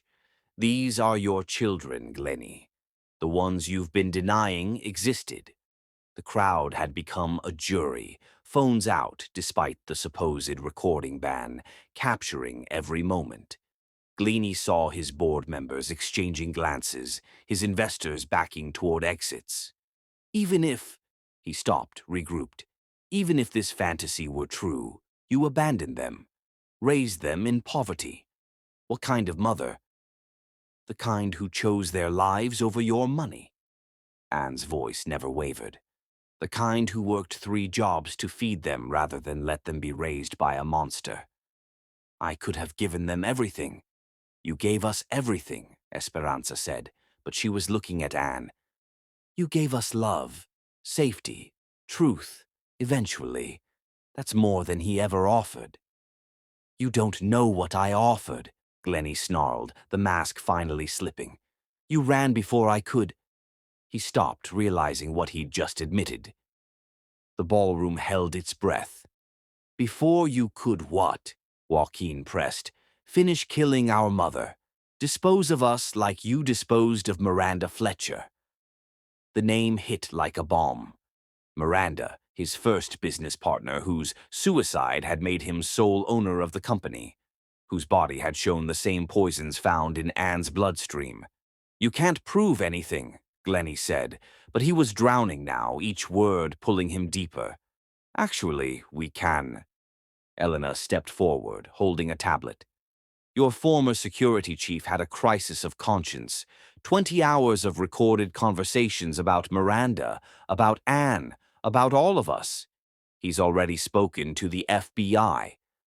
The screen lit up with footage, security cameras from 12 years ago. Glennie crushing pills into Anne's tea, Glennie accessing her accounts, Glennie on the phone. Make sure the body's too damaged for close inspection. I need this to stick. Fake, Glennie whispered, but even he didn't believe it. Mr. Scott. FBI agents materialized from the crowd, badges gleaming. We need you to come with us. You can't. I have rights, my lawyers.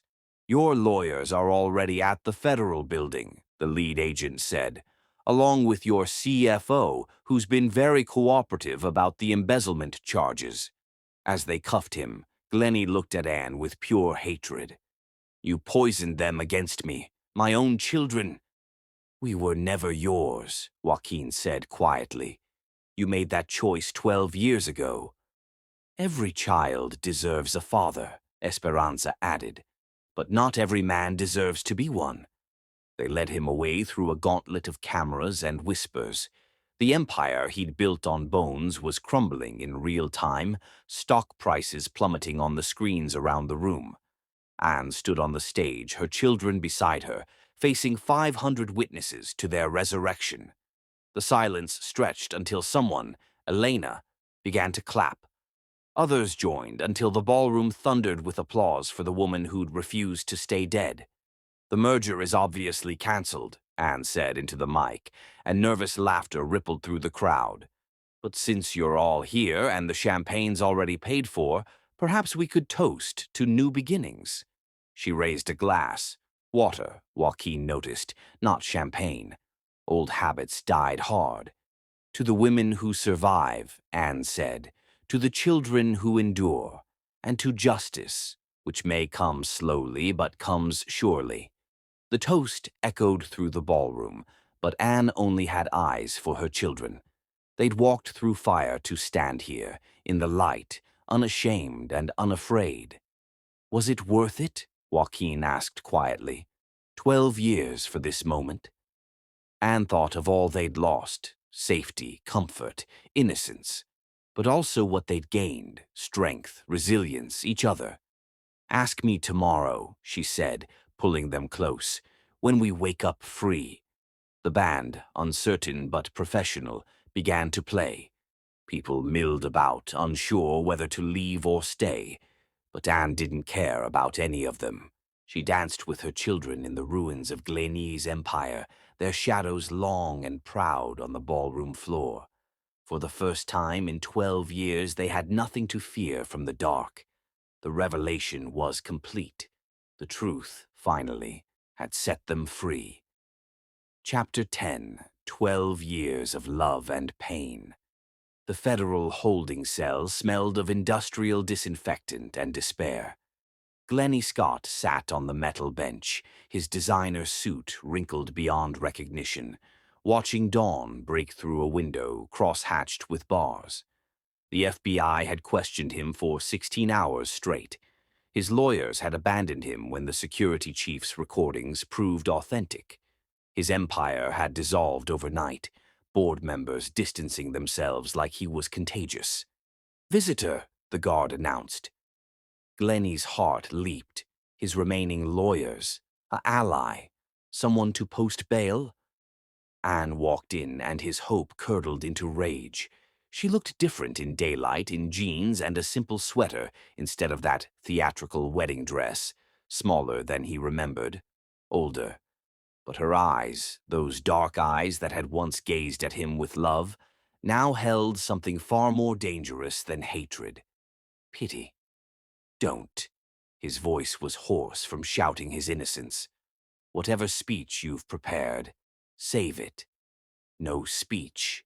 Anne sat across from him, hands folded. Just questions. One mother to a father who never was. I could have been a great father. When? Between poisoning me and stealing my inheritance? Or after, when you were strangling me for telling you I was pregnant? I was angry. You surprised me. If you'd told me properly, you'd have what? Celebrated? Thrown a party? Stop lying, Glennie. At least grant me that courtesy after 12 years. He studied her, looking for the girl he'd married. That Anne had been soft, trusting, eager to please. This woman was carved from harder stone. "Why did you come?" he asked finally. "The twins wanted to. I convinced them to wait in the car." She paused. "They're struggling. All their lives they've defined themselves as the children of a dead man.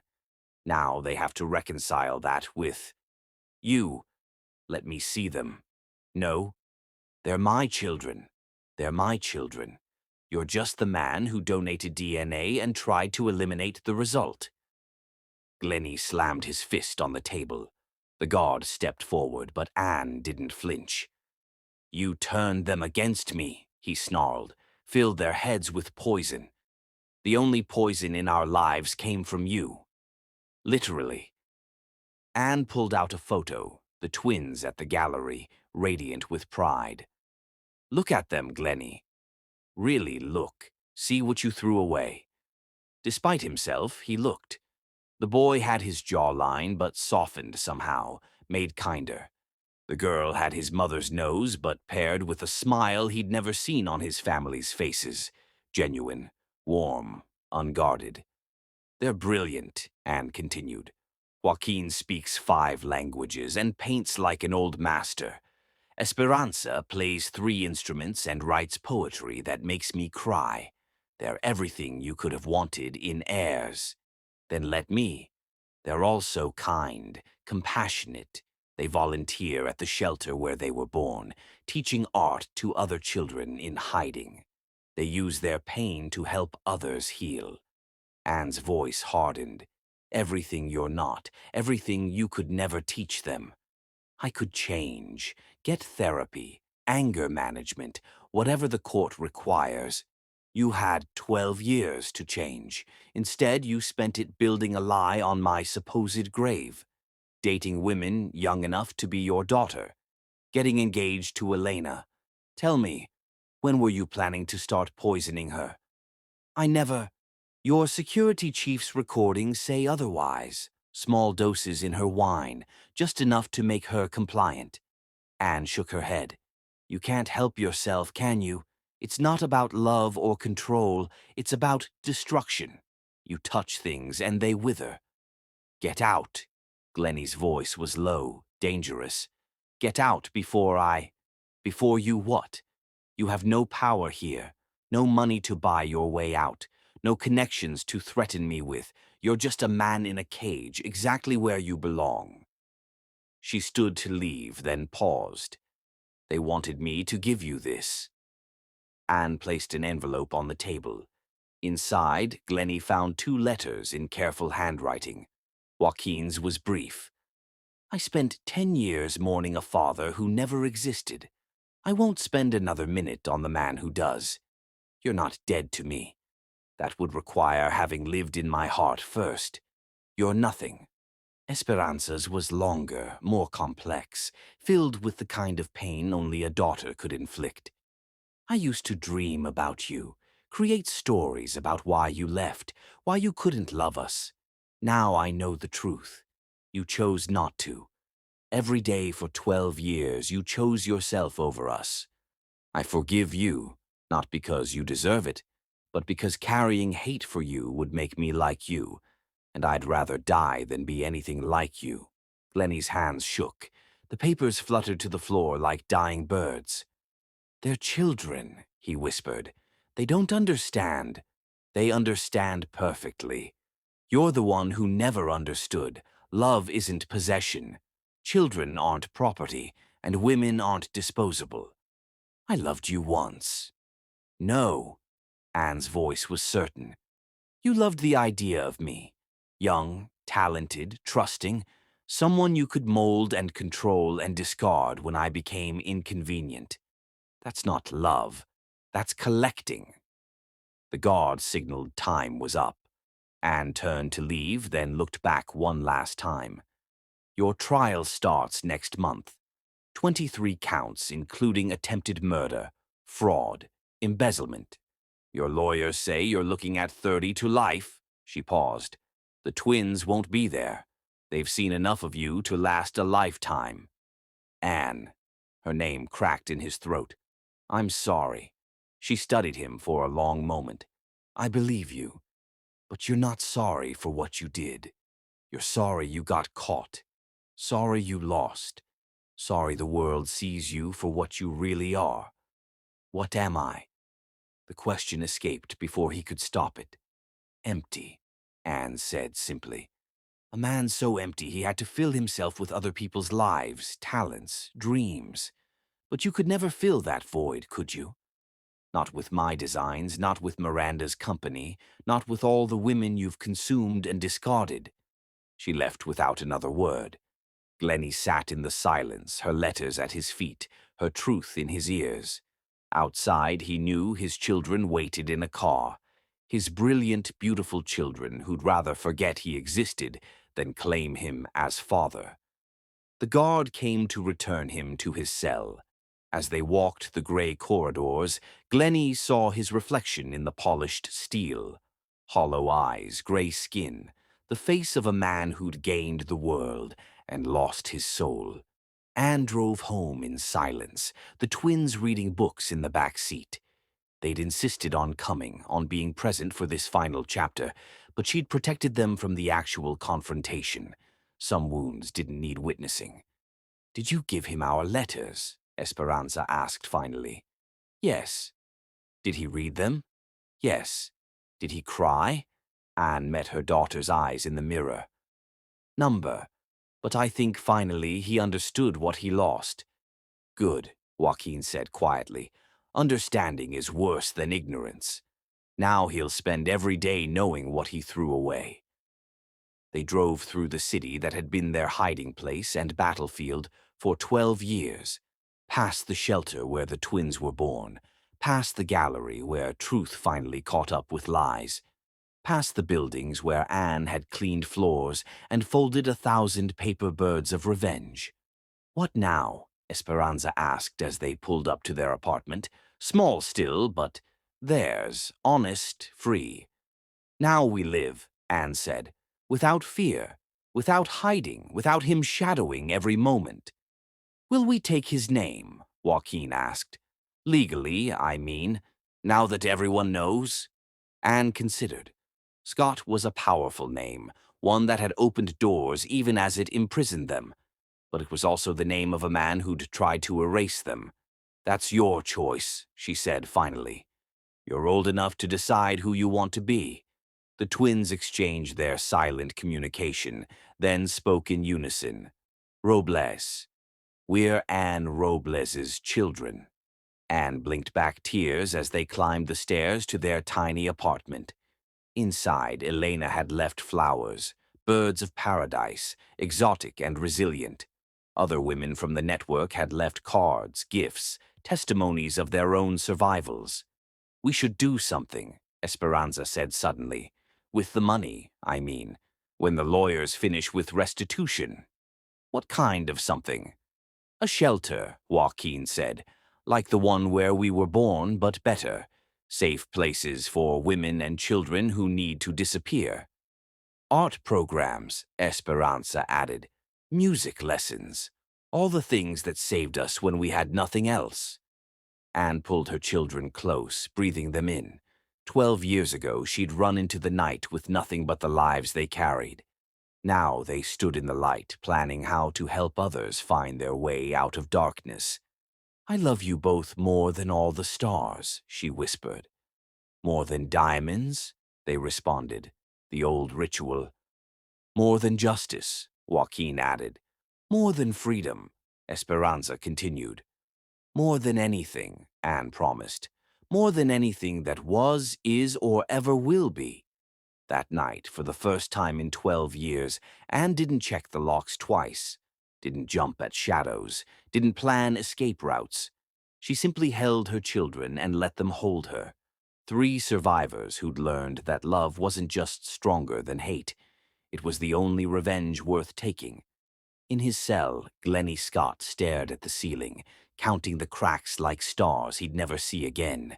Somewhere in the city, his children were growing brilliant and kind without him, building the family he'd tried to destroy. He'd spent 12 years as a king in a tower of his own making. They'd spend the rest of their lives free. The ghost of what could have been would haunt him forever, 3 hearts beating in rhythm, a love that had survived his worst, a family that had risen from the ashes of his cruelty. Anne was right. Understanding was worse than ignorance, and Glennie Scott would understand, every day for the rest of his life, exactly what he'd thrown away. The birds had finally come home to roost.